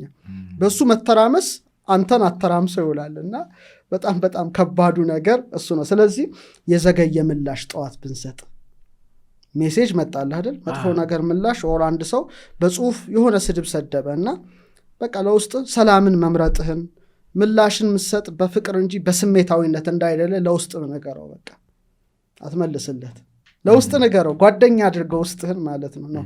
ለዚህ እንትን አልሰጥም መልስ፣ እኔ የፍቅር የሰላም እንጂ እንደዚህ አይነት ሰው አይደለሁም ብለህ ለራስህ ካነገርከው ያ መብከንከን ይቆማል እዛችሁ ሞመንት ላይ። ሌላው ደግሞ ከመናገር በፊት መጸለይ። አሁን ሚስት ለምሳሌ ብትኖር የሆነ ነገር ብትናገረው ጎረቤት ክፉ ነገር ከመመለስ በፊት ይሄ ውጥረቱ እንዲገባ አለመፍቀድ፣ ትንሽ ኮንተምፕሌት በህሊና መጸለይ። በቃ በሰላም አውለኝ ጌታዬ። በቃ ቢያንስ አለ አይደለ? ቢያንስ ራስን ታተርፋለህ። የተወረወረውን እንትን የግዴታ መመለስ ያለብህ እሳት ቢነሳ በነዳጅ አይደለም በውሃ ነውና ትንሽ ሺልድ አንድ ሰው ብትናገረው ወይም ቢናገርም ትንሽ እዘጋዋለሁ ማለት ነው። በሩ እኔ ውስጥ እንዳይገባ ነው። ውስጤን ነው የምነግረው። አምላኬ ሆይ በቃ በጸጋ ልሂድ፣ በሰላም ልኖር፣ ዝጋው ትለዋለህ፣ ይዘጋዋል። ያ በጣም በጣም ወሳኝ ነው። ስለዚህ በመጀመሪያው ውስጥ እንደው ክፉ ወሬዎችን ማስወገድ፣ ልባችንን በጣም ጥሩ ማድረግ። ስለዚህ የልብ መስካችን ጠንካራ ከሆነ ቀናችን ሙሉ ጠንካራ ነው። በቃ ባትሪ ፉል ሆኗል ማለት ነው። ቀን ይሄ ኤሌክትሮማግኔቲክ ፊልድ ግን እንትን ካለ ውጥረት ከሆነ ተወጥረህ ትውላለህ። ፍቅር ከሆነ ሃርመኒ ከሆነ ዙሪያ ገባ ስትገባ ስትወጣ ያ ይሆናል። በመጨረሻ ወጥተህ ፀሐይን መሞቅ። ሞባይል አይቀድም ከዚህ ሁሉ ፀሐይን መሞቅ በጣም ትልቅ ነገር ነው። ቢሞክሩት እኮ በጣም ትንሽ ደቂቃ 5 ሚኒትስ ምናምን እኮ የምታደርጋት ነገር ናት እኮ። ስሜት ይሻሻላል፣ የመንፈስ ጭንቀት ይርቃል፣ እንቅልፍ ውደት ይስተካከላል። የቫይታሚን ዲ ደግሞ ለአጥንትም ጥሩ ይሆናል። ይሄ ኃይል መስካል አይደለ? ይሄ ባዮፎቶኑ ቻርጅ ይሆናል ማለት ነው። ቻርጅ አድርገህ ካልወጣ ዋጋ የለም። ሞትና ኮርቲሶል መጠን፣ የሜላቶኒን መጠኑ ይስተካከላል። በቃ ይሄ ነው። አዲሽናል ነገር ከፈለክ ግን ቅድም ግራውንዲንግ ማድረግ ትችላለህ። ግን ግራውንዲንግ ቀኑ ሙሉ ምናምን አድርገህ ማመሻሹ አካባቢ ላይ ደስ ይላል። ሞር ግራውንዲንግ ማደርገው ኢቭኒንግ ላይ 11 ሰዓት ከምሽቱ በኢትዮጵያ ሰዓት አቆጣጠር ምናምን ላይ ደክሞ ከስራ ስትወጣ ደግሞ ይህን ዝልህ የመጣሁን ትንሽ ታጠፈዋለህ አይነት ነው። ስለዚህ ፀሐይ መሞቅ ማንም ግን አይከለክለውም። የጠዋትን ትንሽ ብርሃን ሞቅ አድርገህ ሰውነትን አጥንትን ምናምን አይን እንዳይበላሽ ተነስ ምናምን ቢሉስ አይንህን ከልለህ ነው። እንትኑ ጨረሩ ዩቪ ሬስ ነው፣ አደገኛ ነው። ግን ጀርባህን ምንህን ማስመታት አንተ አይንህን መከለል። እኔ ደግሞ ሶላር ፊልተር ስላለኝ አልፎ አልፎ እንደዚህ አርጌ ፀሐይን አይቼ ኢንጆይ ማድረግ ደስ ይልሃል። ስለዚህ ቀንህ ከዛ በኋላ ሞባይልህን ጎርጉር፣ ችግር መጥነህ ማለት መሰረቱ ተገንብቷል። መሰረቱን ገንብተህ ነው እንትኑ መዋቅሩ ምሰራው። ከዛ በኋላ ማትፈረከስ ነህ አንተ፣ ጽኑ ነህ፣ ብርቱ ነህ። ምንም አይነት ነገር ቢመጣ ምንም አትሆንም። ኦፍኮርስ የቀኑ ክፋት ይበቃዋል ተብሏል። የራሱ ነገር አለው። ግን ጠዋት ላይ ከእግዚአብሔር ጋር ህብረት የፈጠረ ሰው ሀሳቡን መልካም ያደረገ፣ ስሜቱን ኢነርጂ ባዮፊልዱን በጣም ስትሮንግ ሺልድ ካደረገ መጥፎ ዜናም ቢመጣ፣ ቢዝነሱ ላይም መጥፎ ነገር ቢከሰት፣ ሳምቲንግ ፋሚሊ ላይም ሆነ ቢባል እንዴት መመከት እንዳለበት ያውቃል ማለት ነው። ያ በጣም ስለዚህ እሱ በመግባቱ በመውጣቱ በመተኛቱ በመተነሳቱ የበረከት ሰው ነው። በቃ የበረከት ሰው ይሆናል። ስለዚህ ሰው ይሄ እያንዳንዱ ሰው ማድረግ የሚችለው ነው። ቀኑን ባትሪ ፉል ሆኖ ቢወጣ ነው። ስለማይሆን ነው ቀኑ ሁሉ የተረበሸ፣ እሱም ረብሾ ሰውንም ረብሾ በቃ ደክሞ ያደክመሃል፣ ዝሎ ያዝልሃል። በቃ አንተን እንትን በቃ ስለዚህ ትንሽ ነገር ያድርግ ሊለወጥ ነው የምለው። እና ብዙ ሰው ኃይል ያለን አይመስለውም። ኃይል አለን እኛ። ኃይል ያለን ዓለም ላይ ሳይሆን በውስጣችን ያለው ዓለም ላይ ነው። ሀሳባችን ላይ፣ ስሜታችን ላይ፣ ምርጫችን ላይ ኃይል አለን። አሁን አንዳንድ ሰዎች ለምሳሌ ከምስጋና ጋር በተያያዘ ጠዋት ሲነሱ ችግር ያለባቸው ሰዎች አሉ። እናታቸው የታመመችባቸው፣ የቤት ኪራይ መክፈል የሚያቀታቸው አክቹዋል ችግር ላይ ያሉ ሰዎች አሉ።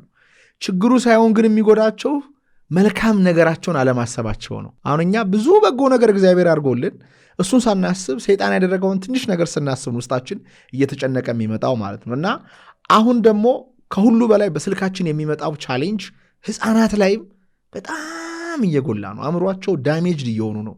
እኔ በዙሪያ ያሉ ሰዎች ለምሳሌ ህፃናቶቹ ምግብ ለማብላት ስልክ መስጠት መቻል አለብን። አይፓዳቸው ሲወሰድባቸው በጣም የሚያለቅሱ ሰዎች አሉና ይሄ ወዴት ነው የሚሄደው? ለወላጆች ምንድን ነው ማለት ያለብን እዚህ ጋር? በጣም በጣም ከባድ ነው። እንግዲህ ወላጅ ተረብሾ ልጁን ይረብሻል ማለት ነው። ቅድም ያልኩት ነው በጣም ከፍተኛ ይሄ ደጅ ያልኩት ቀላል አይደለም። ክፉም ልታስገባበት ትችላል፣ በጎ ልታስገባበት ትችላል ነው። ህፃናት ነጭ ወረቀቶች ናቸው የሚለው ስህተት ነው። በእኛ ትምህርት የፈረንጆቹ አባባል ነው። የታቡላ ራስ ፍልስፍና የእኛ ፍልስፍና አይደለም ነው። ህፃናት ነጭ ወረቀቶች አይደሉም። ነጭ ወረቀት ማለት ልሙጥ ማለት ነው። ቀለም የለሽ ባዶ ማለት ነው። ባዶ ማለት ምንድን ነው? ምንም ነገር ቀለም የሌለው ማለት ምንድን ነው? ሲወለዱ ባዶ ናቸው እና በሚያዩት በሚሰሙት በሚዳስሱት እውቀት ያገኛሉ አይነት አባባል ነው። ወደኛ ሐሳቤ ግን ስንመጣ አሁን ይሄ በእርግጥ ውድቅ ሆኗል። አሁን ቅዱስ ያሬድ ምን ይላል ስለ ዮሐንስ? እምከርሰሙ አይመረ ሰገደው አንፈራጸ ይላል። ዮሐንስ ከእናቱ ማኅፀን አወቀ ይላል። ድንግል ማርያም ሰገደላት። ሰገደ፣ ዘለለ፣ አመሰገነ ነው። ሰላምታችን በጆሮ የመጣ ጊዜ ጽንሱ በደስታ ዘለለ ነው። ሰምቷል ነው። ስለዚህ ህፃናት አሁን የ5 ወር ጽንስ የእናታቸውን ድምፅ ለይተው ይሰማሉ። እና አንድ እናት ለምሳሌ ልጇን ብታጫውት ያ ልጅ ብድግ ይላል ማኅፀን ውስጥ ሆኖ ሰዓቷን ጠብቀው። አሁን ሪሰንት የሆነ የፊቶሎጂ ጥናት ያን ያመለክታል። ስለዚህ የተረት መጽሐፍ ተዘጋጅቶ ነው ለልጆች ያን አደለ አደግን ማለት ነው። ሲወለድም በተመሳሳይ ነው። በቃ ማኅፀን ውስጥ የሆነ የምስጋና ዓለም አለ። በጣም ማኅፀን የከበረ ነገር ነው። በጣም የተቀደሰ ዓለም ነው። እዛ ውስጥ የሚያመሰግንበት ዓለም አለ። በጣም ሰፊ ጉዳይ ነው። ይሄ ርዕሰ ጉዳይ ራሱን ችሎ መነሳት የሚችል ይመስለኛል። ልክ ህፃኑ ደግሞ እችን ዓለም ሲቀላቀል እነዚህ ፎንታሌ እዚህ ጋር ያለው ዳይመንድ ቅርጽና እዚህ ጋር ያለው ጂኦሜትሪ ነው። ጂኦሜትሪ ዝም ብሎ አይደለም። አምላክ ዝም ብሎ አላስቀመጠም። ይህን 3 ማዕዘን ይህን 4 ማዕዘን 4 ማዕዘኑን በር ነው፣ 3 ማዕዘኑን በር ነው። ግን የሚገቡበት በሮች የተለያዩ ናቸው። ዛሷ ረቀቅ ያሉ ነገር ዲሜንሽኖችን ልኬቶችን ያ ህፃን ያህል ብቻውን ይስቃል፣ ፈገግ ይላል ነው። አንተ ምን እያየ ነው የሚስቀው ልትል ትችላለህ። ሚያየው አለ ነው። 18 ወራቱ ላይ ይሄኛው ላይ ይዘጋል፣ አለቀ። ምን ይሆናል ማለት ነው? ከእናቱ ጋራ ከአባቱ ጋራ ኮሚኒኬሽን ይጀምራል። ያንኛውን ዓለም ትቶ ወደዚህኛው ወደ ፊዚካሉ ይመጣል። በቃ እንትን ይላል። በሩ ከተዘጋ ወደ ውስጥ ማየት እንደማትችል አይነት ነው። እና በዚህ ህፃን ላይ ኤሌክትሮማግኔቲክ ጨረር ከፍተኛ የሚያመነጭ አይፓድ መስጠት ማለት ምን ያህል ልጅህን እየገደልከው ነው ማለት። አስፋይ ሰዎች ህፃናቱ በቃ ፍጥጥ ብለው የሉ መናገር አይችሉም። ዲጂታል ኦቲዝም የሚባል ነገር መጥቷል። ዲጂታል ኦቲዝም መናገር አይችሉም። በጣም በቃ ይሄ ማለት ልጅህን ራስን የምታጠፋው ማለት ነው። በፍጹም ማድረግ የሌለብህ ነገሮች አሉ። እና የልጅ አስተዳደግ ስልጠና እንደማስመሰጠት ራሱን ችሎ አለበት ይመስለኛል ለወላጆች። እና አሱሰኛ አደረግናቸው። አእምሯቸው በማይሆን ኤክሰስ ፕሮቶን እሱን ፕሮቶኑስ አሁን ከዚህ የሚወጣው ፕሮቶን እዛ ህፃን ውስጥ እንትን ብሎ ገብቶ አስበው አይኑ ስክሪን ላይ አፍጥጦ አይኑ ዳሜጅ ሆኖና በሽተኛ ልጅ ለምን ተወልዳ ማለት ታረገዋለህ የራስህ ልጅ። ይሄ በጣም ትልቅ ስህተት ነው። ወላጆች ላይ ሰፊ ስራ መሰራት አለበት። ልጅ እንዴት ታሳድገዋለህ? ሲጀመር የኤነርጂ ሴንተሩ የቱ ጋር ነው የልጅ? ይህን ሁሉ እኮ ማወቅ አለብህ። ረቂቅ ነገር የሚያይበት አይን ምኑ ጋር ነው? እዛ ላይ መስራት አለብህ። ይህን ሁሉ አታውቅም። እና ዝም ብሎ መውለድ፣ ማሳደግ፣ ማብላት፣ ማጠጣት ይሆንና እሱም እንትን ይሆናል። ዲጂታሉ እንትን ዓለም ተቀላቃይ ይሆናል። እና ትንሽ ከተፈጥሮ መስመር የወጡ ነገሮች በወላጆች ይታያሉ። ቢያጠኑት አንድ ነገር አሁን ቴክኖሎጂ በራሱ ስልክ መጥፎ ነው እያልንም እንዳልሆነ መገንዘብ አለባቸው። ካንኮሎጂ ሆነ ይሄ እውነት ነው። ደግሞ የኛ አለማወቅ ስላለ አክስላሪቲ ያደርገዋል። የሚያክሰው በስልኩ የቱ ጋር ማንበብ የቱ ጋር ጸሎት ማድረግ እንዳለበት ይገባዋል። ሊሚቱ በቀን ውስጥ ስክሪን ታይሙ ስንት መሆን እንዳለበት ያውቃል። በስልኩ ይነግዳል፣ በስልኩ ያስተምራል፣ በስልኩ ህይወት ይለውጣል። አንተ በሚገርም ሁኔታ ጥንታዊ የሆነውን ኢትዮጵያዊ ጥበብ በመላው ዓለም ላሉ ተማሪዎች እያደረስክ ነው። እግዚአብሔር ይመስገን። ይሄ አሁን በቃ ብሳይ ስራውን እየሰራ ነው። ግን ሲያልቅ ግን ዘግተን ወደ ጸሎታችን ከፋሚሊዎቻችን ጋር ወደ ማውራት ወደ ስራችን መሄድ መቻል። ስንጠቀመው ተጠቅመን አሁን ግን ህይወት አደረግ ነው።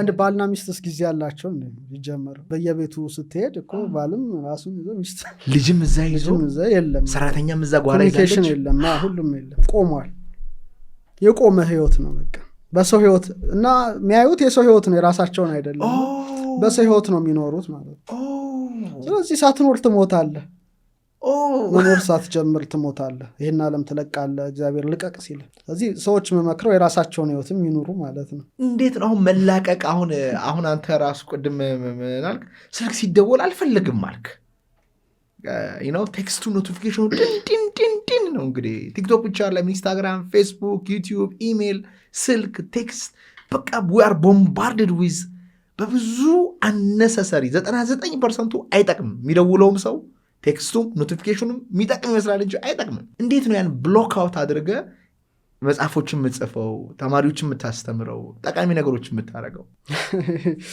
ይህ ከባድ ነው እንዴት አይ ዘዴን እንዳልናገር ማለት ነው ለምን እንዴ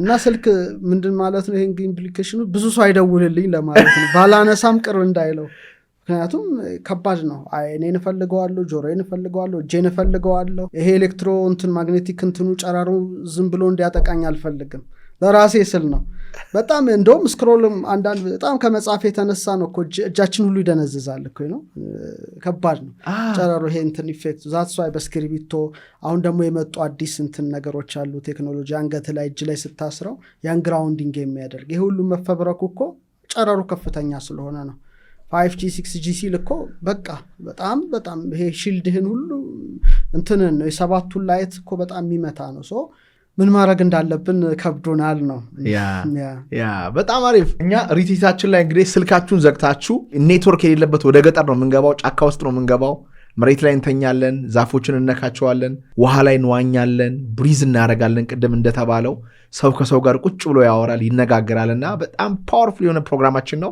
ከሰኔ 20 እስከ 23 በአርባ ምንጭ ከተማ እናካሂዳለን ውጭ ሀገር ያላችሁ እዚህ ሀገር ሆነው የሚጨነቁ በስልካቸው የጠፉ ሰዎች ካሉ ወደ ልባቸው እንዲመለሱ 0987 2090 ደውለው መመዝገብ ይችላሉ ሌላኛው 30ኛው መጽሐፉ ወጥቷል ሜሪ ኢን ዘ ኦልድ ቴስተመንት በእንግሊዝኛ አማዞን ላይ ታትሟል እንኳን ደስ አለ 30ኛ መጽሐፍ ነው ይሄ መጽሐፍ ምን ላይ ነው የሚያተኩረው ኦፍ ካሜራ ስናወራ በእንደዚህ አይነት መልኩ ዓለም ላይ እንኳን አልተጻፈም በእኛ ሀገርም በውጭ ሀገርም ብላልና ድንግል ማርያም በኦሪት ነው ወይም ደግሞ በምንድን ነው የሚባለው በብሉይ ኪዳን ድንግል ማርያም እንደማለት ነው ትርጉሙ ስለምን ነው መጽሐፉ የሚያወራው መጽሐፉ 30ኛ ስራዬ ነው በርግጥ የመጀመሪያው በአማርኛ የታተመ ነበረ የመጀመሪያ ስራዬ ማለት 2002 በኢትዮጵያ አቆጣጠር የመጀመሪያ መጽሐፍ የመጀመሪያ ነገረ ማርያም በብሉይ ኪዳን ይላል ብሉይ ኪዳን ለሐዲስ ኪዳን አካል ነውና ቅድስት ድንግል ማርያም በብሉይ ኪዳን በነቢያት በብዙ ምሳሌ እንዴት በትንቢት ተገለጠች የሚል 499 ገጾች የያዘ መጽሐፍ ነው 2002 ቆይቷል በጣም 10 ምናምን ዓመት ይሆናል አሁን እሱ ነው ወደ እንግሊዘኛ ቋንቋ የተቀየረው ራሱ ሊትራሊ ነው በደንብ ግን ተጨምሯል የአማዞኑ የእንግሊዘኛው 568 ገጽ የያዘ መጽሐፍ ነው ትልቅ መጽሐፍ ነው ለቲዮሎጂያን ለሪሰርቸርስ በጣም ስፒሪቹዋልስ የሚጠቅም መጽሐፍ ነው እና አማዞን ላይ ነው የሚገኘው ያው ውጪ ነው የታተመው አማዞንም ነው የሚያከፋፍለው እኔ ፒዲኤፉን ነው ምልክላቸው ተነከቨሩ እነሱ እንትን ይላል እና የለም ማለት ሪሰንትሊ 21st century ላይ 30 ልታገኝ ትችላለህ 20 ልታገኝ ትችላለህ 15 ልታገኝ እንደው ከፍ ካለ 40 ድረስ ይሄ ግን 144 ነው የተመሰለችው መሬታችን 144 ሲምቦልስ ነው በጣም ሲምቦልስ ከነ ሄኖክን ጨምሮ ኢቭን እነዛን እዝራን ሌሎች እንኳን መጻሕፍት ሁሉ አካቶ በአጠቃላይ በብሉይ ኪዳን ብቻ 568 ገጾች የያዘ 144 ምሳሌዎች ናቸውና ኦፕን ማይንድድ ለሆኑ ብቻ የሚጠቅም በጣም ሙሉ ጊዜ እንደዛ ካልሆን ካለቀልህ እና በጣም ጥሩ ነው ብዙዎች እያነበቡት ነው እንግዲህ ለኔ 30ኛ ስራ ነው አቅመ አዳም በለው በመጽሐፍ 30 ነው እንግዲህ አንድ 70 ይቀራሉ 100 ብንሞላ ጥሩ ነው አይደል ኦፍ ኮርስ why not እመቤታችን በጣም ተገልጻለች በብሉይ ኪዳን በጣም 144 ሲምቦልስ በጣም ብዙ ነው እኮ አብዛኞቻችን የምናውቀው ጸጳጦስ መርከብ እንዲህ ነው ግን ያ የዳዊት ወንጭፍ አለ በጣ የኦርናው ድማል ብዙ ነው አጠቃላይ ከዘፍጥረት እስከ ሚልክያስ ያሉትን ነው ሰፊ መጽሐፍ ነው ትልቅም ነው ዳጎስ ያለ ነው ጥራቱን የጠበቀ ስራ ነው የአማዞን ሊንኩን ከታች እናስቀምጣለን። ውጭ ሀገር ላላችሁ በተለይ ይህን መጽሐፍ ሃርድ ኮፒውን ራሱ አማዞን ያደርስላችኋል። ቤታቸው ድረስ ያደርስላቸዋል። በጣም ትልቅ ነው ደግሞ ደስ ይላል። ይዘቱም ራሱ በጣም በእነሱ ኳሊቲ ነው የሚያትሙት። በጣም የህትመቱ ኳሊቲ የተለየ ያረካል። ሳየው ራሱ እንዴት እንደተደሰትኩ ልነግርህ አልችልም። ወደ ኢትዮጵያ አልጀመሩም የላቸውም። አማዞን እንጃ ያለ አይመስለኝም፣ ግን ቢጀምር ብዙ ነገሮች ይሰራል፣ ይስተካከላል። ዝም ብለን ከምንትን ከምንል ቤት ድረስ ይመጣል። ስለዚህ ከታች ሊንኩን እናስቀምጣለን። ገዝታችሁ ማንበብ አለባችሁ። እመቤታችን በብሉይ ኪዳን እንዴት እንደተገለጠች ነው የሚያወራው። ሌላኛው ባለፈው ከመጀመሪያው በፊትም ከኔ ጋር ፖድካስት አድርገን ነበር። የግዕዝ ቀመረ ፊደል የ3 ወራት ኮርሱ ተጠናቋል። የመጀመሪያው ሴሚስተር። ቀጣይ ሴሚስተር ምን እየታሰበ ነው? እኔ እንዲሁም ትንሽ ጫፏን ቆርጣ አሳየኸኝና በጣም ትልቅ ኢንሳይት ሰጠኝ። ማለት ኢስተርኖቹ እንዴት እንደሚያስቡ፣ ሳይንስ ወይም ዌስተርኖቹ እንዴት እንደሚያስቡና ኢትዮጵያውያን ደግሞ እንዴት ሆል ፒክቸሩን እንደሚያስቡት አይቼ ይሄን ነው የተማሩት ብለህ ነግረኸኛልና በጣም አስገርሞኛልና ሁለተኛው ሴሚስተር ቀጣይ ሴሚስተር አለ። እሱ እንዴት ነው? የመጀመሪያውስ እንዴት ነበር? እስቲ እንደጠበቅከው ነው? በአንተ ፖድካስት ማስታወቂያው ተለቆ ነበር በሌሎችም እና በጣም ጥሩ ነበር። ቤዙ ይሄ ትምህርት መስጫው ሰሜን አሜሪካ ነው። እኔ ከዚህ ሆኜ ማስተማር ነው። ወደ 400 በላይ ተማሪዎች ነበሩ፣ በውጭም በሀገር ውስጥም ያሉ። የ3 ወር ኮርሳቸውን ጨርሰዋል። እኔ 1 ሰዓት ተኩል ነበር ማስተማር የሚገባኝ የተነጋገርኩት፣ ግን 3 ሰዓት ነበር ማስተማር የነበረው። 1 ሰዓት ተኩል የፕሬዘንቴሽን ያለ፣ 1 ሰዓት ተኩል ደግሞ ፍሪሊ ጥያቄዎቻቸውን እንዲጠይቁ እድሉን ሰጥቼ ነበረ። በጣም በጣም ብዙ ለውጥ ነው። ትምህርቱ በራሱ በጠባዩ ቀኝ አንጎልን መክፈት ነው። ሳይንሱ የዘጋውን የቀኙን ብሬን መክፈት ነውና በእርግጠኛነት በ3 ወር የብዙዎቹ በርገግ ቢያንስ ተከፍቷል። ይሄ በጣም የሚያስደስተኝ ነው። በጣም ብዙ ለውጥ ነው ማየው እና ቀመር 3ም በተመሳሳይ መልኩ አሁን ከቀመር 1 6 ወር ነው የሚማሩት። ቀመር 3 ደግሞ ሞር ፕራክቲካል የሆነ ነው። ሶል አባውት ኤነርጂ ከፍተኛ እውቀት መጀመሪያ ሲማሩ የነበሩት ያ ከፍተኛ እውቀት ዝም ብሎ ለሚዲያም ፍጆታ የሚውል አይደለም፣ አይሆንም። አቅም ይፈልጋል። ዝም ብሎ አሮጌ ልብስ ላይ አዲስ ብትጥፍ እንትን እንደማያለት በጣም ሳክሪድ የሆነ ነው እና አባቶ እነ ሄኖክ የነበራቸው እይታ ሰፊ ነው። ሆታ አእምሮ ዘሄኖክ ነው የሚማሩት። ያ ሰፊ ጉዳይ ስለሆነ 3ኛው እና 4ኛው 5ኛው እያለ ነው የሚቀጥለው። አሁንም በ3ኞቹ አልጨረሱም። የግድ ወደ 4 ወደ 5 መሄድ አለባቸው ያን ሁሉ ለማወቅ እና በዚህ ግን ከአስከ ዘ ያለውን ኮድ ጨርሰዋል። አላይ ስለ አልፋ አውቀዋል። በላይ ሲገቡ አልፋ ቤት ነው። አልፋ ስለሰራው አጽናፈ ሰማይና አጽናፈ ምድር አውቀዋል። ገላይ ሲገቡ ደግሞ ገምልገ ኤነርጂ እንዴት እንደሚገሰግስ ኤነርጂ ጉዳይ ተረድተዋል። ደላይ ሲገቡ ደግሞ ደጅ ናት እንደምታያት 4 እንትን አላት። ስለ 4ቱ ባህሪያተ ስጋ፣ ስለ 4 መሰረታዊ ስለ ማተር ተምረዋል። ደጁን አሳልፌ ሀላ ያስገብቻቸዋለሁ። አብርሃም እንደተጨመረለት ያ መስኮት ነው።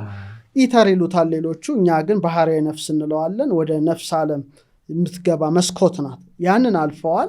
ከዛ ወላይ ገቡ። ማለት እቺ ናት ባዮማግኔቲክ ፊልድ ማለት ነው። ዋዌወ ሰማይና ምድርን የሚያስተሳስረውን ኤነርጂ ፊልዳቸውን አውቀዋል። ዘላይ ደግሞ ያን ኤነርጂ ፊልድ ስትይዝ መንፈሳዊ ዓለም ፍልሚያ ያለ ያን ፍልሚያ ተረድተው አቁመዋል፣ ዘጉ ማለት ነው። እስከዛ ድርሻቸዋለሁ።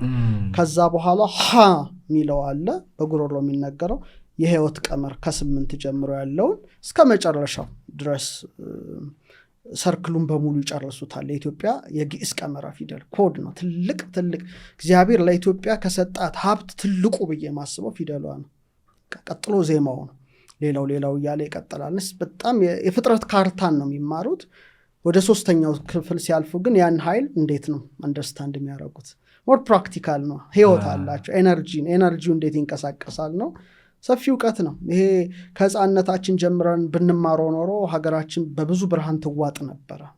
ግን ያም ቢሆን እድሉ ያው ለገቡበት ወንዙ ሲያልፍ ግባበት የሚለው አባባል አለ። ከሄደ በኋላ ልታገኘው አትችልም እና ቶሎ እድሉን ተጠቅመው በአንተም ስፖንሰር ሰጥቼ ነበር። ሰጥታቸዋል። የተወሰኑ ተማሪዎች ልካቸዋል አይደለ? 2 ልጆች ልከናል። እንግዲህ እስቲ እናንተ ሰዎች እንጠይቃቸዋለን ምን እንዳገኛችሁ። ብዙ ጊዜ ስፖንሰር የተደረገ ሰው የከፈለው ነው በጣም የሚማረው። እኔም በስልጠና ሳይ ሪትሪታችን በጣም ፈዋሽ ከተፈጥሮ ጋር የሚያገናኝ እኔ ብዙ ሰዎች ሲድኑበት ያየሁት ስልጠናችንን በሙሉ አቁመን አሁን ሪትሪት ላይ ብቻ ታኩሮናል። ይሄ ተፈጥሮ ነው የሚያክመው። ከዝም ብሎ ንግግር ሰዎች በጫካ ውስጥ ሲሄዱ ሲዋኙ ግራውንድ ሲያደርጉ እስከ ስልካቸው ርቀው እንደሚማሩት ይለወጣሉ። ግን የሚገርመው ነገር በነፃ ስፖንሰር አድርገን ከምንወስዳቸው በላይ ውድ ብር ከፍለው የሚሄዱ ሰዎች ናቸው ሲሪየስሊ የሚማሩት። እናንተን ግን እናያቸዋለን። እስቲ ትምህርቱ ምን ይመስላል? እግዚአብሔር ከፈቀደ በቀጣዩ ላይ ምን መማር ይመስለኛል። ምክንያቱም በጣም አእምሮዬ ላይ ብዙ ጥያቄዎችን የዛሬ ኦፍ ካሜራ ያወራነው ነገር ስለፈጠረ ማለት ነው። ስለዚህ አሁን ይህንኛው ሴሚስተር የዚህ ሁለተኛው ክፍል ነው ቀጣይ ላይ ያለው። ቀጣዩ እንግዲህ ሁለተኛው ሴሚስተር መስከረም ላይ ነው የምንጀምረው። አዲሱ ዓመት ላይ በአዲስ መንፈስ ቢጀምሩት ተማሪዎች እመርጣለሁ። በዚሁ አጋጣሚ ዶክተር ጌትነትም አስትሮኖሚ ሲያስተምሩ ነበረ። አስትሮፊዚስት ናቸው፣ ስነፈለክ ማለት ነው። እኔ ያው ሞር ቀመረ ፊደሉ ላይ ነው ሰፊ እውቀት ሳስጨብጥ የነበረው። አሁን እንግዲህ ሊሆን የሚችለው ምንድን ነው? ምናልባት ምክንያቱም ደግሞ ማስተማር ለእኔ ይከብዳል ከጊዜም ከምንም አንጻር። ስለዚህ ሪከርድ የተደረገ አለ የተቀዳ ተማሪዎች ሲማሩ፣ ጥያቄው ግን ባይሆንም ሙሉ ኮርሱ አለ። ያ ኮርሱ ይላክላቸዋል። ኮርሱን ቤታቸው ያጠናሉ። የጥያቄ በ2 ሳምንት አንዴ የጥያቄ መርሃ ግብር ብቻ አመቻቻሉ። ከዛ ከቀመር 2 ጋር ነው ጆይን ማድረግ የሚችሉት። ምክንያቱም ወንዙ አልፏልና ሮጦ በዛኛው መግጠም ነው እና ሄደው ከ2 ጋር ተገናኝተው ሊጨርሱ ይችላሉ። ግን በደንብ የሚያዩት ከሆነ ሊቀድሟቸውም ይችላሉ። ዋናው የአእምሮ ፍጥነት ነው እዚህ ላይ እንትን የሚለውና በጣም ደስ የሚለኝ እናቶች አሉ። በጣም ብዙ እናቶች አሉና የደረሱበት ሌቭል ሳይ በጣም ነው የምደነቀው። በዚህ አይነት ነገር ቅርብ ናቸው ማለት ነው። ልጆቻቸውን እናስተምር ብለው ገብተው ብዙ ተመራማሪዎች አሉበትና 400 ማለት በጣም ብዙ ነው፣ ብዙ ነው። እውቀቱን ጨብጠውልኛል። በጣም የሚያስደስተኝ ነገር ይሄ ነው እና እስከ 7ኛው መጨረሳቸው ደስ ይለኛል። 7ቱም ፊደላት ነው። 7 ብርሃኖች አሉ፣ ሌየርስ አሉ። አሁን እነዛ መረዳት እንደማለት ነው። 7D ድረስ መግባት እንደማለት ነው። ከ8ኛው ዲ በኋላ ኢትዮጵያ ያቆማል። ዘላለማዊነት ነው 8 የዘላለም እስከ 7 ያለውን ግን በደንብ ብዙ ነገር ነው ያዩት። ቀላል ትምህርት አይደለም። በጣም ጠንካራ፣ በጣም በብዙ ምስጢር የተሞላ፣ በብዙ ቀመር የተሞላ በጣም ብዙ ነገር ነው። ብዙ ሺህ ስላይድ ነው የተማሩት። በሺዎች የሚቆጠር ስላይድ ነው ያስተማርኩት። ይሄ ቀላል አይደለም። ደስ ብሎ ነው ያስተማርኩት። ደስተኞች ናቸው። አሁን ደግሞ ሰኔ ወይም ሐምሌ አካባቢ ላይ የቱጌዘር አንድ ላይ ተሰብስበን እጋብዛለሁ አንተን። እዚህ ነው? አዎ፣ እዚህ ያሉት ኢትዮጵያ ተማሪዎች ያው ለተማሪዎች ብቻ ቢሆንም ግን አንተ ያው ጆይን ታደርግና ታያቸዋለህ ምን ላይ እንደደረሱ። ቪዲዮም ለመስራት እስቲ እንጠይቃቸዋለን። የተወሰኑትን ሰዎች አዘጋጅና ኢንተርቪው ማድረግ ትችላለህ። በጣም ጥሩ። አንተ ፖቴንሻል ያያቸውን ሰዎች፣ ምክንያቱም ዓላማው ቅድም ኦፍ ካሜራ አንድ ነገር ብላ አስደነገጥከኝ። አንተ እኮ ለሚመጣው ትውልድ አባት ነህ ብለኝ እውቀቱ መሸጋገር መቻል አለበት ለትውልዱና ፖቴንሻል ያያቸውን ሰዎች ካሉ ሁሉም አለው ይብዛ የሚነስም ትምህርቱ ያስገባል ግዴታ። ይሄ ነው ይሄ ልልህ የምችለው ነገር። አትደነዝዝም። ይሄን ትምህርት ተምራ በፍጹም ልደነዝዝ አትችልም። በቃ አትችልም። ልደንዝዝም ብትል አትችልም።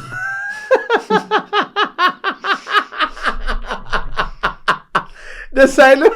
ልደንዝዝ ብለህ ይሄ በጣም ደስ የሚል አገላለጽ ነው። በቃ ተፈጥሮ ለአንተ መልስ ትሰጥሃለች። ባለፈው ያልኩት ነገር አለ። አዋቂ ስትሆን ተፈጥሮን ትሰማለህ። ጠቢብ ስትሆን ተፈጥሮ ራሷ ትሰማሃለች። እዚህ ስትደርስ ተፈጥሮን በሌላ መንገድ መረዳት ትጀምራለህ። ቁጥሮች አንተን ኮሚኒኬት የሚያደርጉ ኢንተለጀንስ ይሆናሉ። ህልምህ ሊያደርግህ ይችላል።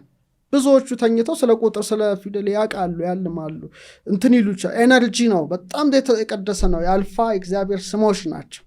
የእሱ ስሞች ያላቸው የተሸከሙት ኃይልን አወክ ማለት ዲኤንኤ ይሰማል። ይሄን ቁጥር ያውቀዋል። ሴሎች ይሰሙታል። ኮንሽስ ናቸው። ትነቃለህ። ከነቃህ ሌላ ልደንዝዝ ብትልም አሁን በጣም በብዙ እንቅልፍ ከነቃ በኋላ ልጨፍን ብትል ትችላለህ። አትችልም። ልተኛም ብትል እንቅልፍ አይወስድህም። ቆሟል ማለት ነው። ስለዚህ በእርግጠኛነት 400ንም ብጠይቃቸው በደንብ የተከታተሉት ከሆኑ ችግር የለም። ራንደም ሊጠይቃቸው ምን ንቁ ሰው አልሰጥም። እኔ ራሴ ወጥቼ እጠይቃለሁ። ክቡራትና ክቡራን እንግዲህ በጣም ጠቃሚ የሆነ ሁላችንም ልንተገብረው የሚገባ መረጃ ነው ዛሬ ያገኘ ነው። ሁላችንም ስልካችን ህይወታችንን እያወደመው ይገኛል። ታውቁታላችሁ። የኛም ቻሌንጅ ነው። ግን የተባለውን ነገር ይዛችሁ እስቲ ለመተግበር ሞክሩት። ቅድም የተባለው ነገር አለ። ብርቱካን ካልቀመስ ነው በስተቀር ሲወራ ቴስቱን ቼክ አናቀውም ማለት ነው። እና ጠዋት እንደተነሳን ምንድን ነው የምናደርገው? አንሶላችን ውስጥ ሆነን የተባሉን ነገሮች እናድምጥ፣ እንተግብር። ውስጣችን በኃይል ተሞልቶ ከአምላካችን ጋር ተገናኝተን ያሉንን በጎ ነገሮችን አስበን አድንቀን በረከታችንን ቆጥረን በዙሪያችን ካሉ ሰዎች ጋር ጸሎት አድርገን አመስግነን ወደ ቀጣዩ ወደ መደበኛው ስራችን እንድንሄድ ነው እንግዲህ በዚህኛው ፖድካስት መምህራችን ያስተላለፉት። ከዶክተር ጋር በሱ ዩቲዩብ ቻናልም የሚገርም ውይይት አድርገናል። በጣም ጠለቅ ያለ እና በህይወት በአመጣጣችን ዙሪያ ጥያቄ ያላችሁ ሰዎች ካላችሁ ከታች ያስቀመጥነው የዩቲዩብ ቻናል አለ። ገብታችሁ ሳብስክራይብ አድርጋችሁ መከታተል ትችላላችሁ። ከሰኔ 20 እስከ 23 በአርባ ምንጭ ከተማ ለ4 ቀን ስልካችሁን ዘግታችሁ ወደ ልጅነታችሁ ወደ ልባችሁ ገብታችሁ ውስጣችሁን የምታከሙበት ከተፈጥሮ ከአምላካችሁ ኃይል ጋር ተገናኝታችሁ ንጹህ ናችሁ የምትመለሱበት ልዩ አጋጣሚ ለ19ኛ ጊዜ ተዘጋጅቶላችኋል። በ0987 20 920 ደውላችሁ ተመዝገቡ። ውጭ ሀገር ያላችሁ ኢትዮጵያ ለሚገኙ እህት ወንድሞቻችሁ ይሄንን ሪትሪት በመጋበዝ ህይወታቸው እንዲታከም እንዲታደስ እርዷቸው ላለሁ። በቀጣይ ጠቃሚ ፖድካስት እስክንገናኝ ድረስ ቸር ሰንብቱ። አመሰግናለሁ ዶክተር። እኔም አመሰግናለሁ።